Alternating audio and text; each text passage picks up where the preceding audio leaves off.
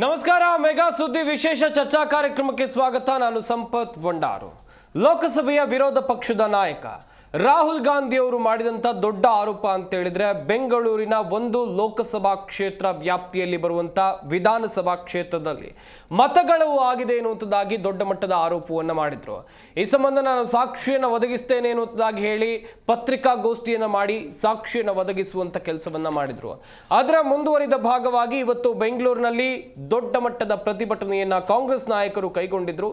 ಈ ಪ್ರತಿಭಟನೆಯಲ್ಲಿ ಏನಾಯ್ತು, ಹಾಗೇನೆ ಈ ಮತ ಕಳವು ಅಂತ ಹೇಳಿದ್ರೆ ಹೇಗೆ, ಚುನಾವಣಾ ಆಯೋಗ ಇರುವಂತ ಸಂದರ್ಭದಲ್ಲಿ ಮತ ಕಳವು ಆಗೋಕ್ ಸಾಧ್ಯ ಇದೆಯಾ, ಇದೇ ವಿಚಾರದ ಕುರಿತು ನಾವು ನಿಮಗೆ ಮಾಹಿತಿಯನ್ನ ಕೊಡ್ತಾ ಹೋಗ್ತೀವಿ. ಇದೇ ನಮ್ಮ ಚರ್ಚಾ ವಿಷಯ. ರಾಹುಲ್ ರಣಕಹಳೆ, ಸತ್ಯ ಮಿಥ್ಯ ಮಂಥನ.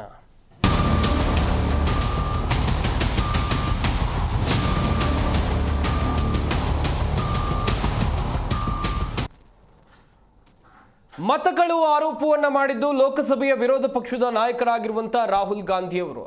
ಇವರ ಆರೋಪಕ್ಕೆ ಸಂಬಂಧಿಸಿದಂತೆ ಇವತ್ತು ಬೆಂಗಳೂರಿನಲ್ಲಿ ಪ್ರತಿಭಟನೆಯನ್ನು ನಡೆಸಲಾಯಿತು. ಕೇಂದ್ರ ಸರ್ಕಾರ ಚುನಾವಣಾ ಆಯೋಗದ ವಿರುದ್ಧ ರಾಹುಲ್ ಗಾಂಧಿ ಅವರು ಕಿಡಿಕಾರಿದ್ದಾರೆ. ಕೇಂದ್ರದಲ್ಲಿರೋದು ಮತಗಳ್ಳತನದ ಸರ್ಕಾರ ಅಂತ ಹೇಳಿದ್ದಾರೆ. ಮತಗಳು ಮನೆ ಮಾಲೀಕರ ಬಿಜೆಪಿ ಮುಖಂಡ ಎನ್ನುವುದಾಗೂ ಕೂಡ ರಾಹುಲ್ ಗಾಂಧಿ ಅವರು ಆಕ್ರೋಶವನ್ನು ವ್ಯಕ್ತಪಡಿಸಿದರು. 2019ರಲ್ಲಿ ನನ್ನ ಸೋಲಿಗೆ ಬಿಜೆಪಿ ಮತಗಳ್ಳತನ ಬ್ರಹ್ಮಾಸ್ತ್ರವಾಗಿತ್ತು. ಕೇಂದ್ರ ಸರ್ಕಾರ ಹಾಗೂ ಬಿಜೆಪಿ ವಿರುದ್ಧ ಖರ್ಗೆ ನೇರವಾಗಿ ಆಕ್ರೋಶವನ್ನು ವ್ಯಕ್ತಪಡಿಸಿದರು. ಮಹದೇವಪುರದಲ್ಲಿ 1 ಲಕ್ಷ ಮತಗಳ ಅಂತರದಿಂದ ನಾವು ಸೋತ್ವಿ. ಕೇಂದ್ರ ಮತ್ತು ಬಿಜೆಪಿ ವಿರುದ್ಧ ಸಿಎಂ ಸಿದ್ದರಾಮಯ್ಯ ಅವರು ಕೂಡ ಆಕ್ರೋಶವನ್ನು ವ್ಯಕ್ತಪಡಿಸುವಂತ ಕೆಲಸವನ್ನ ಮಾಡಿದರು. ಇಲ್ಲಿ ರಾಹುಲ್ ಗಾಂಧಿ ಅವರು ಹೇಳೋ ಪ್ರಕಾರ ಆಂತರಿಕ ಸಮೀಕ್ಷೆಯಲ್ಲಿ 2024ರ ಲೋಕಸಭೆ ಚುನಾವಣೆಯ ಆಂತರಿಕ ಸಮೀಕ್ಷೆಯಲ್ಲಿ 16 ಕ್ಷೇತ್ರದಲ್ಲಿ ಕಾಂಗ್ರೆಸ್ ಗೆಲುವನ್ನು ಸಾಧಿಸುತ್ತೆ ಎನ್ನುವಂಥ ರಿಪೋರ್ಟ್ ಅವರಿಗೆ ಬಂದಿತ್ತು. ಆದರೆ ಚುನಾವಣೆಯ ರಿಸಲ್ಟ್ ಬಂದಂಥ ಸಂದರ್ಭದಲ್ಲಿ 9 ಕ್ಷೇತ್ರದಲ್ಲಿ ಮಾತ್ರ ಗೆಲುವನ್ನು ಸಾಧಿಸ್ತಾರೆ. ಇದರಲ್ಲೊಂದು ಬೆಂಗಳೂರಿನ ಸೆಂಟ್ರಲ್ ಲೋಕಸಭಾ ಕ್ಷೇತ್ರ. ಇದರಲ್ಲಿ ಗೆದ್ದಿದ್ದು ಬಿಜೆಪಿಯವರು. ಎಲ್ಲ ಕ್ಷೇತ್ರದಲ್ಲೂ ಹಿನ್ನಡೆಯನ್ನ ಕಂಡುಕೊಂಡು ಬಂದಂಥ ಬಿಜೆಪಿಯವರು ಬೆಂಗಳೂರಿನ ಮಹದೇವಪುರ ಕ್ಷೇತ್ರಕ್ಕೆ ಬಂದಂಥ ಸಂದರ್ಭದಲ್ಲಿ ಹೇಗೆ ಅಷ್ಟು ಮುನ್ನಡೆಯನ್ನ ಕಂಡುಕೊಂಡ್ರು ಎನ್ನುವಂಥದ್ದು ರಾಹುಲ್ ಗಾಂಧಿ ಅವರ ಪ್ರಶ್ನೆ. ಹಾಗೇನೇ ಇಲ್ಲಿ ಬೆಂಗಳೂರಿನ ಸೆಂಟ್ರಲ್ ಲೋಕಸಭಾ ಕ್ಷೇತ್ರದಲ್ಲಿ ಗೆದ್ದಿದ್ದು PC ಮೋಹನ್ ಅವರು ಬಿಜೆಪಿಯಿಂದ 6,58,918 ಮತಗಳನ್ನು ಪಡ್ಕೊಂಡ್ರು. ಅವರ ವಿರುದ್ಧ ಕಾಂಗ್ರೆಸ್ನಿಂದ ಸ್ಪರ್ಧೆ ಮಾಡಿದ್ದು ಮನ್ಸೂರ್ ಅಲಿ ಖಾನ್ ಅವರು 6,26,208 ಮತಗಳು. ಇಲ್ಲಿ ಗೆಲುವಿನ ಅಂತರ 32,707. ರಾಹುಲ್ ಗಾಂಧಿ ಅವರು ಮಾಡ್ತಾ ಇರೋದು 1,250 ಮತ ಕಳ್ಳತನ ಆಗಿದೆ, ಅದು ಕೂಡ ಮಹದೇವಪುರ ಕ್ಷೇತ್ರದ ವ್ಯಾಪ್ತಿಯಿಂದ ಅಂತ ಒಂದಷ್ಟು ಡೀಟೇಲ್ಸ್ ಅನ್ನು ಕೊಟ್ಟಿದ್ದಾರೆ. ಫಾರಂ 6 ಅನ್ನು ದುರುಪಯೋಗ ಮಾಡಿಕೊಂಡು 33,692 ಮಂದಿ ಮತವನ್ನ ಮಾಡಿದ್ದಾರೆ. ಹಾಗೆಯೇ ಸಾಕಷ್ಟು ಆರೋಪಗಳನ್ನ ಇಲ್ಲಿ ರಾಹುಲ್ ಗಾಂಧಿ ಅವರು ಮಾಡಿರುವಂಥದ್ದು. ಹಾಗೆಯೇ ಇದೇ ವಿಚಾರಕ್ಕೆ ಸಂಬಂಧಿಸಿದಂತೆ ಇವತ್ತು ಪ್ರತಿಭಟನೆಯನ್ನ ನಡೆಸಿದಂಥ ಸಂದರ್ಭದಲ್ಲಿ ಮಲ್ಲಿಕಾರ್ಜುನ್ ಖರ್ಗೆ ಅವರು, ರಾಹುಲ್ ಗಾಂಧಿ ಅವರು ಸೇರಿದಂತೆ ಕಾಂಗ್ರೆಸ್ನವರು ಏನೆಲ್ಲ ಆಕ್ರೋಶವನ್ನು ವ್ಯಕ್ತಪಡಿಸಿದ್ರು, ಏನೆಲ್ಲ ಮಾತುಗಳನ್ನು ಆಡಿದ್ರು, ಬನ್ನಿ ನೋಡೋಣ. So here are 5 questions to the Election Commission of India. Instead of threatening us, threatening me, answer these 5 questions. Yes. Number 1, why are you not giving voter lists in digital machine readable format to the people of India? Number 2, why are you destroying video evidence? Number 3, why is ECI committing massive fraud in the voter lists? Number 4, why is ECI threatening opposition instead of answering our questions? And finally, why is ECI behaving like an agent of the BJP? Namaskar. ಈ ಒಂದು quit India movement ಹೆಂಗೆ do and dye ಅಂತಕ್ಕಂಥದ್ದು ಗಾಂಧೀಜಿ ಮಾಡಿದ್ರು. ನಾವು ನಮ್ಮ ಪ್ರಜಾಪ್ರಭುತ್ವವನ್ನು ಉಳಿಸಕ್ಕೆ, ನಮ್ಮ ಲೋಕತಂತ್ರದ ರಕ್ಷಣೆಗಾಗಿ, ನಮ್ಮ ಸಂವಿಧಾನದ ರಕ್ಷಣೆಗಾಗಿ ಡೂ ಅಂಡ್ ಡೈ ಅನ್ನತಕ್ಕಂಥ ಒಂದು ಸ್ಲೋಗನ್ನ ತೆಗೆದುಕೊಂಡು ನಾವು ಹೋಗಬೇಕು, ಆ ಪ್ರಯತ್ನ ಮಾಡಬೇಕು. ಯಾಕಂದರೆ ನಮ್ಮ ಓಟೇ ಕಸ್ಕೊಂಡ್ಮೇಲೆ, ನಮಗೆ ಮತದಾನೇ ನಮ್ದು ತೆಗೆದುಕೊಂಡ್ಮೇಲೆ ನಮಗೆ ಅಸ್ತಿತ್ವ ಇರೋದಿಲ್ಲ ದೇಶದಲ್ಲಿ. ನಾವು ನಾಗರಿಕನೂ ಅಲ್ಲ. ಅದಕ್ಕಾಗಿ ಈ ಕೆಲಸವನ್ನು ನೀವೆಲ್ಲರೂ ಕೂಡ ಮಾಡ್ತೀರಿ ಅನ್ನತಕ್ಕಂಥ ಮಾತನ್ನು ಇವತ್ತು ಹೇಳಿ ನಾವೆಲ್ಲರ ಜೊತೆಯಲ್ಲಿ ಸಂಪರ್ಕ ಕೂಡ ಮಾಡ್ತಾ ಇದ್ದೇವೆ. ನಾನು ವಿಶೇಷವಾಗಿ ರಾಹುಲ್ ಗಾಂಧೀಜಿ ಅವರಿಗೆ ಧನ್ಯವಾದ ಹೇಳ್ತೇನೆ. ಯಾಕಂದರೆ ಅವರು ಪ್ರತಿ ಒಂದು ಕಡೆ ಹೋಗಿ ಇಂಥ ಒಂದು ಏನು ನಮ್ಮ ಕೆಟ್ಟ ಬೆಳವಣಿಗೆಗಳಾಗ್ತಾ ಇವೆ ಅದಕ್ಕೆ ಅವರು ಎತ್ತಿ ತೋರಿಸಿ ಜನಜಾಗೃತಿ ಮಾಡ್ತಕ್ಕಂಥ ಕೆಲಸ ಮಾಡ್ತಾ ಇದ್ದಾರೆ. ಮತ್ತು ವಯಸ್ಕರಿಗೆ ಸಿಕ್ಕಂತ ವೋಟಿನ ಅಧಿಕಾರ ಉಳಿಸ್ಬೇಕು, ಪ್ರಜಾಪ್ರಭುತ್ವ ಉಳಿಸ್ಬೇಕು ಅಂತ ಹೇಳಿ ನಮ್ಮ ಪ್ರಯತ್ನ ಇದೆ. ಆದರೆ ಮೋದಿಜಿ ಅವ್ರ ಪ್ರಯತ್ನ ಏನಂದ್ರೆ ಜನ ವೋಟ್ ಕೊಡದೇ ಇದ್ರು ಆ ವೋಟ್ಗಳನ್ನು ಕದ್ದು ಎಲ್ಲಿ ಹೆಚ್ಚಿಗೆ ವೋಟ್ ಮಾಡಬೇಕು, ಯಾವ ಏರಿಯಾದಲ್ಲಿ ಕಡಿಮೆ ವೋಟ್ ಹಾಕಿ ಮಾಡಬೇಕು, ಇದು ಎಲ್ಲನೂ ಕೂಡ ಮೋದಿಜಿ ಅವರು ಮತ್ತು ಶಾ ಅವರು ಇವರೆಲ್ಲ ಪ್ಲ್ಯಾನ್ ಮಾಡಿ ಎಲೆಕ್ಷನ್ ಕಮಿಷನ್ಗೂ ಕೂಡ ಅವರು ಇವತ್ತಿನ ದಿವಸ ಒತ್ತಡವನ್ನು ತಂದು ಈ ಕೆಲಸ ಮಾಡ್ತಾ ಇದ್ದಾರೆ. ಅದಕ್ಕಾಗಿ ಈಗಿರ್ತಕ್ಕಂಥ ಸರ್ಕಾರ ಇದು ಕಳ್ಳತನದ ಸರ್ಕಾರ ಇದ್ದ ಕಾರಣ ಇದಕ್ಕೆ ನೈತಿಕ ಬಲ ಇಲ್ಲ. ಸರ್ಕಾರದಲ್ಲಿ ಇರೋಕ್ಕೆ ಯಾವುದೇ ಇದಕ್ಕೆ ಹಕ್ಕಿಲ್ಲ. ಆದರೂ ಕೂಡ ಮೋದಿಯವರು ಇವತ್ತು ಎಲ್ಲ ಕಡೆ ಹೇಳ್ತಾರೆ, ನಾನು ದೇಶದ ಅಭಿವೃದ್ಧಿಗಾಗಿ ಮತ್ತು ದೇಶದ ಕಲ್ಯಾಣಕ್ಕಾಗಿ ನಾವೆಲ್ಲ ಕೆಲಸ ಮಾಡ್ತಾ ಇದ್ದೇನೆ ಅನ್ನತಕ್ಕಂಥದ್ದು ಹೇಳ್ತಾ ಇದ್ದಾರೆ. ಇದು ಸುಳ್ಳು, ಅಪ್ಪಟ್ಟು ಸುಳ್ಳು. ಮತ್ತು ಈಗಾಗಲೇ ನಮ್ಮ ಪಾರ್ಟಿ ವತಿಯಿಂದ ಸಾಕಷ್ಟು ನಾವು ಎಲ್ಲ ರಾಜ್ಯಗಳಲ್ಲಿ ಇಂಥ ತಪ್ಪುಗಳನ್ನು ಹುಡುಕಿ ತೆಗಿತಾ ಇದ್ದೇವೆ. ಮಹಾರಾಷ್ಟ್ರದಲ್ಲಿಯೂ ಕೂಡ ಅದೇ ಮಾಡಿತ್ತು ಮತ್ತು ಉತ್ತರ ಪ್ರದೇಶದಲ್ಲಿ, ಬಿಹಾರದಲ್ಲಿ, ರಾಜಸ್ಥಾನದಲ್ಲಿ ಕೂಡ, ಮಧ್ಯಪ್ರದೇಶದಲ್ಲಿ ಕೂಡ ಎಲ್ಲ ಕಡೆ ಇವತ್ತು ಮತದಾನದ ಅಧಿಕಾರವನ್ನು ನಾವು ಕೊಟ್ಟಿದ್ದೇವೆ. ಅದರದ್ದು ಮಿಸ್ಯೂಸ್ ಮಾಡಿ ಬೋಗಸ್ ವೋಟಿಂಗ್ ಮಾಡಿ ಇವತ್ತು ಮೋದಿಯವರು ಈ ದೇಶವನ್ನು ಆಳ್ತಾ ಇದ್ದಾರೆ. ಬಂಧುಗಳೇ, 2018ರಲ್ಲಿ ಹಿಂಬಾಗಲಿಂದ ಅಧಿಕಾರಕ್ಕೆ ಬಂದರು, ಆಪರೇಷನ್ ಕಮಲವನ್ನು ಮಾಡಿದ್ರು. 2018ರಲ್ಲಿ ಮತ್ತೆ ಆಪರೇಷನ್ ಕಮಲವನ್ನು ಮಾಡಿದ್ರು. ಮತ್ತೆ ಲೋಕಸಭೆಯಲ್ಲೂ ಕೂಡ ಮತ ಕದೀಲಿಕ್ಕೆ ಪ್ರಯತ್ನವನ್ನು ಮಾಡಿದ್ರು. ಹಾಗಾಗಿ ನಮಗೆ ಇಂಟರ್ನಲ್ ಸರ್ವೆ ಪ್ರಕಾರ ನಮಗೆ ಕಳೆದ 2024ರಲ್ಲಿ 16 ಸ್ಥಾನಗಳನ್ನು ಗೆಲ್ಲಬೇಕಾಗಿತ್ತು. ನಾವು ಬರೀ 9 ಸ್ಥಾನಗಳನ್ನು ಗೆಲ್ಲಲಿಕ್ಕೆ ಸಾಧ್ಯ ಆಯಿತು. ಇದು ಕಾರಣ ಯಾಕಪ್ಪ ಅಂತಂದ್ರೆ 7 ಕ್ಷೇತ್ರಗಳಲ್ಲಿ ಮತಗಳನ್ನು ಕದೀತಕ್ಕಂಥ ಕೆಲಸವನ್ನ ಮಾಡಿದ್ರು. ಈಗಾಗಲೇ ರಾಹುಲ್ ಗಾಂಧಿಯವರು ನಿಮಗೆ ಯಾವ್ಯಾವ ರೀತಿಯಲ್ಲಿ ಮತವನ್ನು ಕದೀಲಿಕ್ಕೆ ಸಾಧ್ಯ ಆಗ್ತದೆ, ಮಹದೇವಪುರ ವಿಧಾನಸಭಾ ಕ್ಷೇತ್ರದಲ್ಲಿ ಯಾವ ರೀತಿ ಮತವನ್ನು ಕದ್ದಿದ್ದಾರೆ ಅಂತಕ್ಕಂಥದ್ದನ್ನು ಪ್ರಸ್ತಾಪ ಮಾಡಿದ್ದಾರೆ. ನಾನು ಅದನ್ನು ಮತ್ತೆ ಮಾಡಲಿಕ್ಕೆ ಹೋಗೋದಿಲ್ಲ. ಅದರಿಂದ ಭಾರತೀಯ ಜನತಾ ಪಕ್ಷದವರು ಕರ್ನಾಟಕದಲ್ಲಿ ಯಾವತ್ತೂ ಕೂಡ ಜನರ ಆಶೀರ್ವಾದದಿಂದ ಅಧಿಕಾರಕ್ಕೆ ಬಂದಿಲ್ಲ.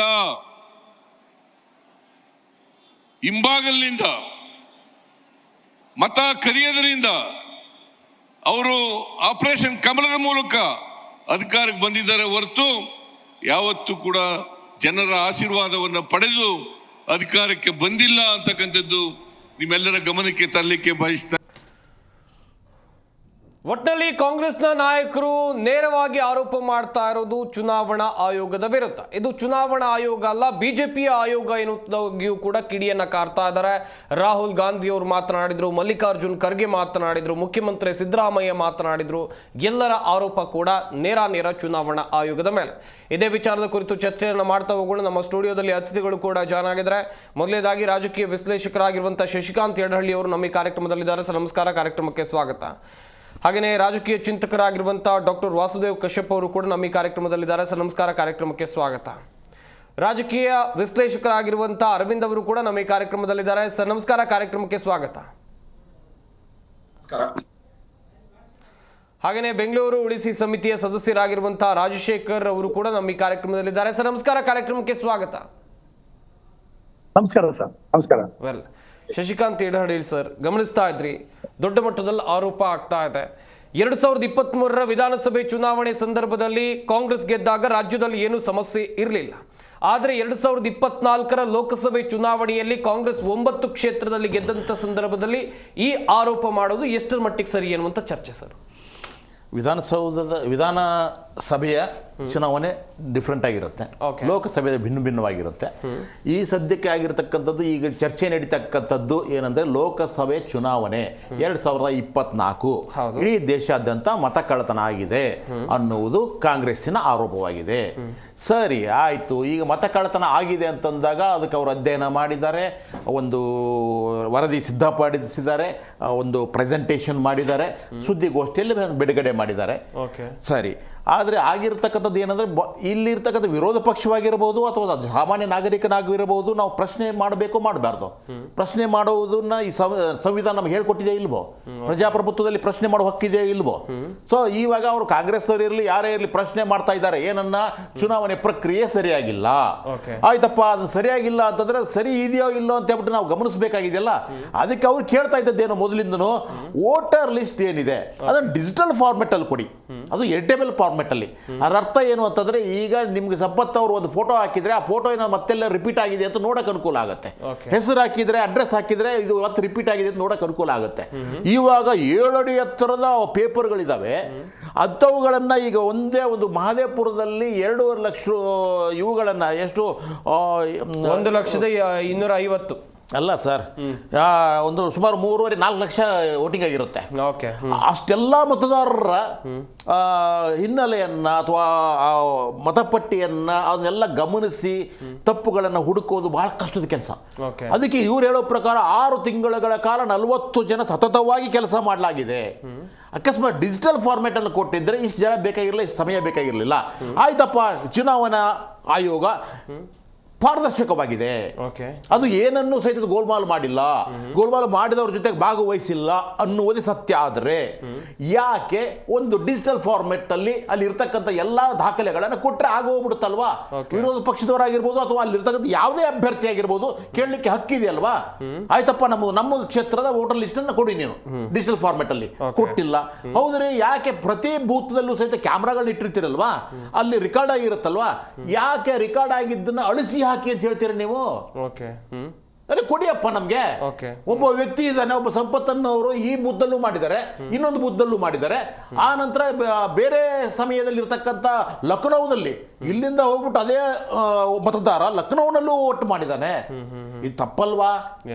ಅದೇ ರೀತಿ ಅದಕ್ಕೆ ಅವರು, ನಾನು ಹೇಳ್ತಾ ಇರೋದು, ನಾನು ಕಾಂಗ್ರೆಸ್ಸಿಗೂ ಅಲ್ಲ, ಕಾಂಗ್ರೆಸ್ ಸಪೋರ್ಟರು ಅಲ್ಲ, ಆದ್ರೆ ಸತ್ಯ ಇರೋದಿಷ್ಟೇನೆ, ಅವ್ರು ಎತ್ತಿರೋ ಪ್ರಶ್ನೆಗಳು ಮೌಲಿಕವಾಗಿದ್ದಾವೆ, ಅವು ಸಂದೇಹ ಪೂರ್ವಕವಾಗಿ ಸಂದೇಹವನ್ನ ವ್ಯಕ್ತಪಡಿಸ್ತಾ ಇದ್ದಾವೆ. ಸೊ ಆದ್ದರಿಂದ ಅವ್ರೇನು 5 ಪ್ರಶ್ನೆಗಳನ್ನು ಕೇಳಿದಾರೋ ಅದಕ್ಕೆ ಚುನಾವಣಾ ಆಯೋಗ ಉತ್ತರ ಕೊಡಬೇಕು. ಅದು ಬಿಟ್ಟು ಒಂದು ಇದನ್ನು ಕೊಟ್ಟಿದೆ, ಪತ್ರ ಏನು ಕೊಟ್ಟಿದೆ, ಇದಕ್ಕೆ ಪತ್ರಕ್ಕೆ ನೀವು ಸಹಿ ಹಾಕಿ ಕೊಡಿ, ಇದಕ್ಕೆ ಭದ್ರಾಗಿದ್ದೀರಿ ಅಂತ ಹೇಳ್ಬಿಟ್ಟು.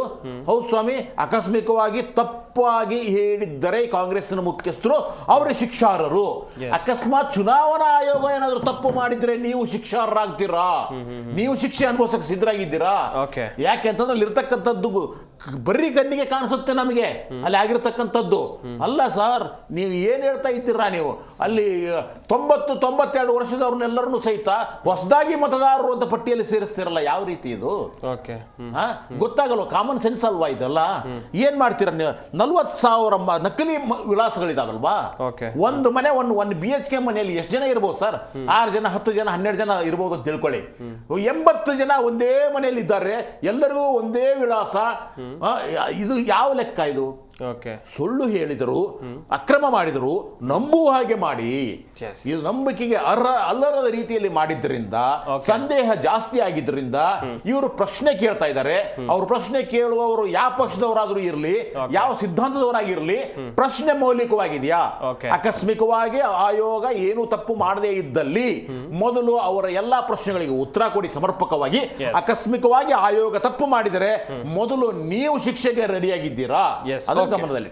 ಓಕೆ ಕಶ್ಯಪ್ ಸರ್, ಜಟಾಪಟಿ ಜೋರಾಗ್ತಾ ಇದೆ. ಇವತ್ತು ಬೆಂಗಳೂರಿನಲ್ಲಿ ಪ್ರತಿಭಟನೆಯ ಹಾದಿಯನ್ನು ಕೂಡ ಕಾಂಗ್ರೆಸ್ನವರು ಹಿಡಿಯುವಂತ ಕೆಲಸ ಮಾಡಿದ್ರು.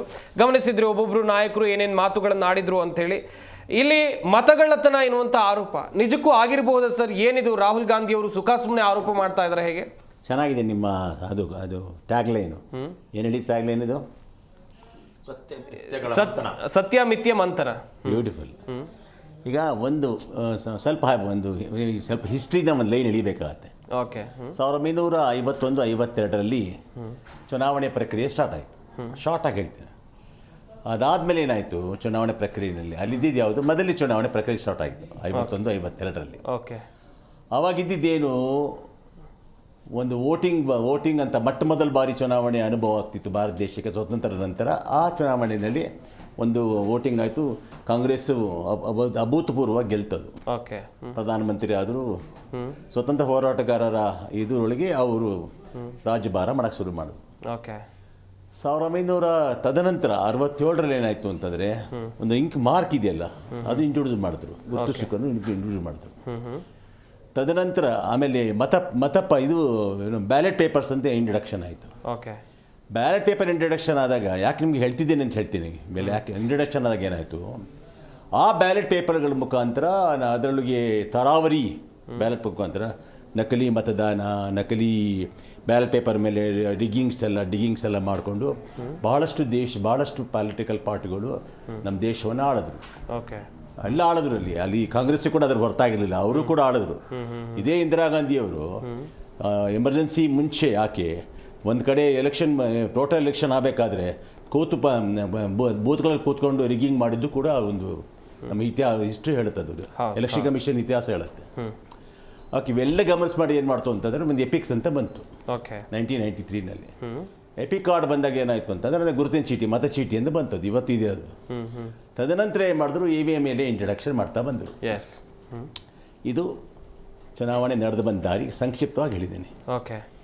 ಈಗ ಇದು ಹೆಂಗಿದೆ ಅಂದರೆ ಭಾರತ ದೇಶದ ಪ್ರಜಾಪ್ರಭುತ್ವದೊಳಗೆ ಒಂದು ಅಗಾಧವಾಗ್ತಕ್ಕಂಥ ಒಂದು ಬಹುಸಂಖ್ಯಾತ ಮತ್ತು ಅಗಾಧವಾಗ್ತಕ್ಕಂಥ ಒಂದು ಜನಸಂಖ್ಯೆ ಇದೆ. ಎಲ್ಲವನ್ನೂ ಕೂಡ ವ್ಯವಸ್ಥೆ ತರಬೇಕಾದ್ರೆ ಈ ಸಂದರ್ಭದಲ್ಲಿ ಒಂದೇ ಒಂದು ವ್ಯಕ್ತಿ ಹೆಸರು ಇಷ್ಟಪಡ್ತೀನಿ. TN ಶೇಷಣ್ಣ ಅವರು. ಈಗ ಅವರು ಬದುಕಿಲ್ಲ. ಅವರ ಒಂದು ಹೆಸರು ಕೂಡ ಚಿರಸ್ಥಾಯಿ. ಎಲೆಕ್ಷನ್ನಲ್ಲಿ ಒಂದು ಕ್ರಾಂತಿಕಾರಕ ಮಾರ್ಪಾಡುಗಳು ತಂದರು ಶೇಷಣ್ಣ ಅವರು. ತದನಂತರ ಬಂದಾಗ ಏನಾಯಿತು, ಎಲೆಕ್ಷನ್ ಕಮಿಷನ್ಸ್ ಅವಾಗಿದ್ದಿದೆಯಲ್ಲ, ಅಲ್ಲಿ ತನಕ ಕಾಂಗ್ರೆಸ್ಸು ಅಭೂತಪೂರ್ವವಾಗಿ ಎಲ್ಲ ರಾಜ್ಯಗಳನ್ನು ಎಷ್ಟು ಇದ್ದಿದ್ದು ಏನು 400 ಚಿಲ್ಲರೆ, 300 ಚಿಲ್ಲರೆ, 200 ಚಿಲ್ಲರೆ ಅಧಿಕಾರ ಪಡಿತಾ ಈಗ 48, 49 ಪ್ಲಸ್ 100 ಈಗ. ಫಸ್ಟ್ ಇಲ್ಲಿ ಬರ್ತೀನಿ. ಈಗ ಮಲ್ಲಿಕಾರ್ಜುನ್ ವಿಷಯ ಮಲ್ಲಿಕಾರ್ಜುನ್ ಖರ್ಗೆ ಅವರು ವಿಷಯ ಬಂತೀಗ ಇವತ್ತಿನ ಸಭೆಯಲ್ಲಿ. ಅದು ಸ್ವಲ್ಪ ಬೆಳಕು ಚೆಲ್ತೀನಿ. ಮಲ್ಲಿಕಾರ್ಜುನ್ ಖರ್ಗೆ ಅವರು MLA 9 ಬಾರಿ MLA ಆಗಿದ್ರು. 2 ಬಾರಿ MP ಆದರು. 9 ಬಾರಿ MLA, 2 ಬಾರಿ MP ಆದರು. Fine, very good. ಹಾಗಿದ್ರೆ ಅಲ್ಲೆಲ್ಲೂ ಕೂಡ ನಕಲಿ ಮತದಾನ ಆಗಲೇ ಇಲ್ವಾ? ಪ್ರಶ್ನೆ ಇದೆ. 9 ಬಾರಿ MLA, 2 ಬಾರಿ MP. ಕೊನೆಗದು ರಾಜಕೀಯ ನಿಂತ ನೀರಲ್ಲ, ಅದು ಹರಿ ನದಿ. ಅದು ಚುನಾವಣೆಯ ಜನಾಭಿಪ್ರಾಯ ಜೊತೆಗೆ ಈ ಬಾರಿ ಸೋತರು. ಸೋತ ತಕ್ಷಣ ಅಂದರೆ ಗೆದ್ದಿದ್ದು ಮಾತಾಡ್ತಿಲ್ಲ ನೀವು. 9 ಬಾರಿ ಗೆದ್ರಿ, ಅಂದರೆ ಸೋಲಿನ ಸರ್ದಾರ್ ಅಂತ ಹೆಸರಿತ್ತು ಅವರಿಗೆ, ಓಕೆ, ಸೋಲಿಲ್ಲದ ಸರ್ದಾರ ಅಂತ ಹೆಸರಿತ್ತು ಅವರಿಗೆ. ಯಾವಾಗ ಅವರು ನೀವು 2020 ನೀವು ಎಲ್ಲ ಕಡೆ ಎಲೆಕ್ಷನ್ ಕಳ್ಕೊಂಡ್ರಿ, ನೀವು 2019 19-20 ಆ ಪೀರಿಯಡ್ ಕಳ್ಕೊಂಡ್ರಿ, ನೀವು ರಾಜ್ಯಸಭೆಗೆ ಆಯ್ಕೆ ಆದ್ರಿ ನೀವು. ಹೌದು. ಓಕೆ, ಬನ್ನಿ ಈಗ ಕಾಂಗ್ರೆಸ್ ಪಕ್ಷ ಎಲ್ಲೆಲ್ಲೆಲ್ಲ ಗೆಲ್ಕೊಳ್ತಾ ಬಂತು ನೋಡಿ ಸರ್. ಈಗ ಸೋನಿಯಾ, ರಾಜೀವ್ ಗಾಂಧಿಯಿಂದ ಹಿಡಿದು ಎಲ್ಲಿ ತನಕನೂ ಕೂಡ ಇಡೀ ಆ ಕುಟುಂಬ ಪೂರ್ತಿ ರಾಜಕೀಯ ಕ್ಷೇತ್ರದಲ್ಲೇ ಇದ್ದಾರೆ. ನಿಜ. ಅಮೇಥಿ ಬರೇಲಿ, ವಯಂಡ, ಆಮೇಲೆ ನಮ್ಮ ಬಳ್ಳಾರಿ, ಇವೆಲ್ಲವೂ ಕೂಡ ನೋಡಿದಾಗ ಎಲ್ಲವೂ ಕೂಡ ವಿನ್ ಕಾನ್ಸೆಪ್ಟಲ್ಲಿ ಇದ್ದಾರೆ. ಅವರೆಲ್ಲೂ ಅಲ್ಲಿ ನಕಲಿ ಮತದಾನ ಆಗಲಿಲ್ಲ. ಮತದಾನದ ಆಗೋದಕ್ಕೆ ಮೊದಲು ಚುನಾವಣೆ ಪ್ರಕ್ರಿಯೆನೇ ಅರ್ಥ ಮಾಡ್ಕೋಬೇಕು. ಏನು ಚುನಾವಣೆ ಪ್ರಕ್ರಿಯೆ ಏನಂತಂದರೆ, ನನ್ನ ಹೆಸರು ಬರಬೇಕು ಈಗ ಚುನಾವಣೆಯಲ್ಲಿ ಅಂತಂದರೆ ನಾನು ಒಂದು ಚುನಾವಣೆಗೆ ಅಪ್ಲಿಕೇಶನ್ ಹಾಕಬೇಕು. ತದನಂತರ ನಾನು ಏನಾದ್ರು ಬದಲಾವಣೆಗಳಾಯಿತು, ಬದಲಾವಣೆ ಆದಾಗ ಬದಲಾವಣೆ ಫೋನ್ ನಂಬರ್ ಆಗಿರ್ಬೋದು ಅಥವಾ ಅಡ್ರೆಸ್ ಆಗಿರ್ಬೋದು ಚೇಂಜ್ಗಳಾದಾಗ ಅದಕ್ಕೆ ಒಂದು 3-4 ಟೈಪ್ ಆಫ್ ಫಾರ್ಮೇಟ್ಗಳಿವೆ. ಫಾರ್ ನಂಬರ್ 6, ಫಾರ್ ನಂಬರ್ 5 ಈ ಥರ ಫಾರ್ಮೇಟ್ಗಳಿವೆ. ಅದ್ರ ಮುಖಾಂತರ ನನಗೆ ಒಂದು ಕಾರ್ಡ್ ಬೇಕು ಅಂತ ಬಂದಾಗ ಆ ಕಾರ್ಡಲ್ಲಿ ನನಗೆ ಮತದಾನ ಕಾರ್ಡ್ ಬೇಕು, ಎಸೆನ್ಷಿಯಲ್. ಹಂಗೆ ಆಧಾರ್ ಕಾರ್ಡ್ ಹೆಂಗೆ ಬೇಕು ನನ್ನ ಬ್ಯಾಂಕಿಂಗ್ ಟ್ರಾನ್ಸಾಕ್ಷನ್ಸ್ಗೆ ಮತದಾನ ಕಾರ್ಡ್ ಬೇಕು. ನೀವು ಗುರ್ಸೋದು ಎಲ್ಲಿ ಏನು ಗೊತ್ತಾ, ಸಂಪತ್ತು ಯಾರು ಅಂತ ಹೇಳಿದ್ರೆ ನಿಮ್ಗೆ ಯಾವ್ದು ಗುರುತಿನ ಪಟ್ಟಿ, ಮತದಾನ ಕಾರ್ಡು ಅಥವಾ ನಿಮ್ಮ ಆಧಾರ್ ಕಾರ್ಡು, ಇಲ್ಲ ನಿಮಗೆ ಬೇರೆ ಬೇರೆ ID ಕಾರ್ಡುಗಳು, ಅದು ಬೇಕಾಗತ್ತೆ. ಓಕೆ, ಇಲ್ಲಿ ನಕಲಿ ಮತದಾನ ಅಂತ ಬಂದಾಗ ನಕಲಿ ಮತದಾನ ಅಂತ ಅಲಿಗೇಷನ್ ಮಾಡಿದ್ರು. ಚುನಾವಣಾ ಆಯೋಗ ಏನು ಕೇಳ್ತಾ ಇದೆ ಗೊತ್ತಾ ಅವರಿಗೆ, ಆಯಿತು ನೀವು ನಕಲಿ ಕೇಳ್ತಿದ್ದೀರಾ, ಅಫಿಡವಿಟಿ ಕೊಡಿ ಅಂತ ಕೇಳ್ತು. ಅಫಿಡವಿಟಿ ಕೊಡಿ, ನೀವೇನು ಕೇಳ್ತೀರಿ. ಇವಾಗ ಕೇವಲ ಹಿಟ್ ಆ್ಯಂಡ್ ರನ್ ಆಗಬಾರ್ದು. ಈಗ ಏನಾಗ್ತದೆ ಅಂತಂದರೆ, ನಾನು ರಾಜಕೀಯ ವಿಷಯ ನಾನು ಗಮನಿಸ್ತಾ ಇದ್ದೀನಿ, ನಡೆದು ಬಂದ ದಾರಿ ಗಮನಿಸಿದಾಗ ಎಲ್ಲೂ ಕೂಡ ರಾಹುಲ್ ಗಾಂಧಿರವರು ತಮ್ಮ ಒಂದು ಹೇಳಿಕೆಗಳ ಬಗ್ಗೆ, ತಮ್ಮ ಒಂದು ಸ್ಟೇಟ್ಮೆಂಟ್ಗಳ ಬಗ್ಗೆ ತಾರ್ಕಿಕ ಎಂಡ್ ಮಾಡೇ ಇಲ್ಲ ಅವರು. ಆ ಥರ ಸುಮಾರು 30-35 ಕೇಸ್ಗಳು ನಡೀತಾ ಇದೆ ಬೇರೆ ಬೇರೆ ಕೋರ್ಟ್ಗಳಲ್ಲಿ ಅವ್ರ ವಿರುದ್ಧವಾಗಿ. ಮುಂದಿನ ಹಂತದಲ್ಲಿ ಮಾತನಾಡ್ತಾ ಹೋಗೋಣ. ಹಾಗೆಯೇ ಅರವಿಂದ್ ಅವರನ್ನ ಮಾತನಾಡಿಸ್ತಾ ಹೋಗೋಣ. ಸರ್, ಗಮನಿಸ್ತಾ ಇದ್ರಿ ಒಂದಷ್ಟು ವಿಚಾರಗಳನ್ನು ಸ್ಟುಡಿಯೋದಲ್ಲಿ ಕುಳಿತಿರುವಂಥ ಅತಿಥಿಗಳು ಕೂಡ ಮೆನ್ಷನ್ ಮಾಡಿ ಹೇಳ್ತಾ ಇದ್ರು. ಹಾಗೆಯೇ ಈ ರಾಹುಲ್ ಗಾಂಧಿ ಅವರು ಮಾಡ್ತಾ ಇರುವಂಥ ಆರೋಪ, ಇವತ್ತಿನ ಪ್ರತಿಭಟನೆ ಎಲ್ಲವನ್ನು ಕೂಡ ಗಮನಿಸಿದ್ರೆ ಇದು ಚುನಾವಣಾ ಆಯೋಗ ಅಲ್ಲ, BJP ಆಯೋಗ ಅಂತ.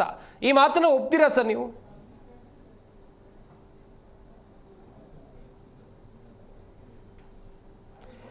ಸರ್, ಆಡಿಯೋ ಮ್ಯೂಟ್ ಆಗಿದೆ, ಅನ್ಮ್ಯೂಟ್ ಮಾಡಿ ಮಾತಾಡಿ.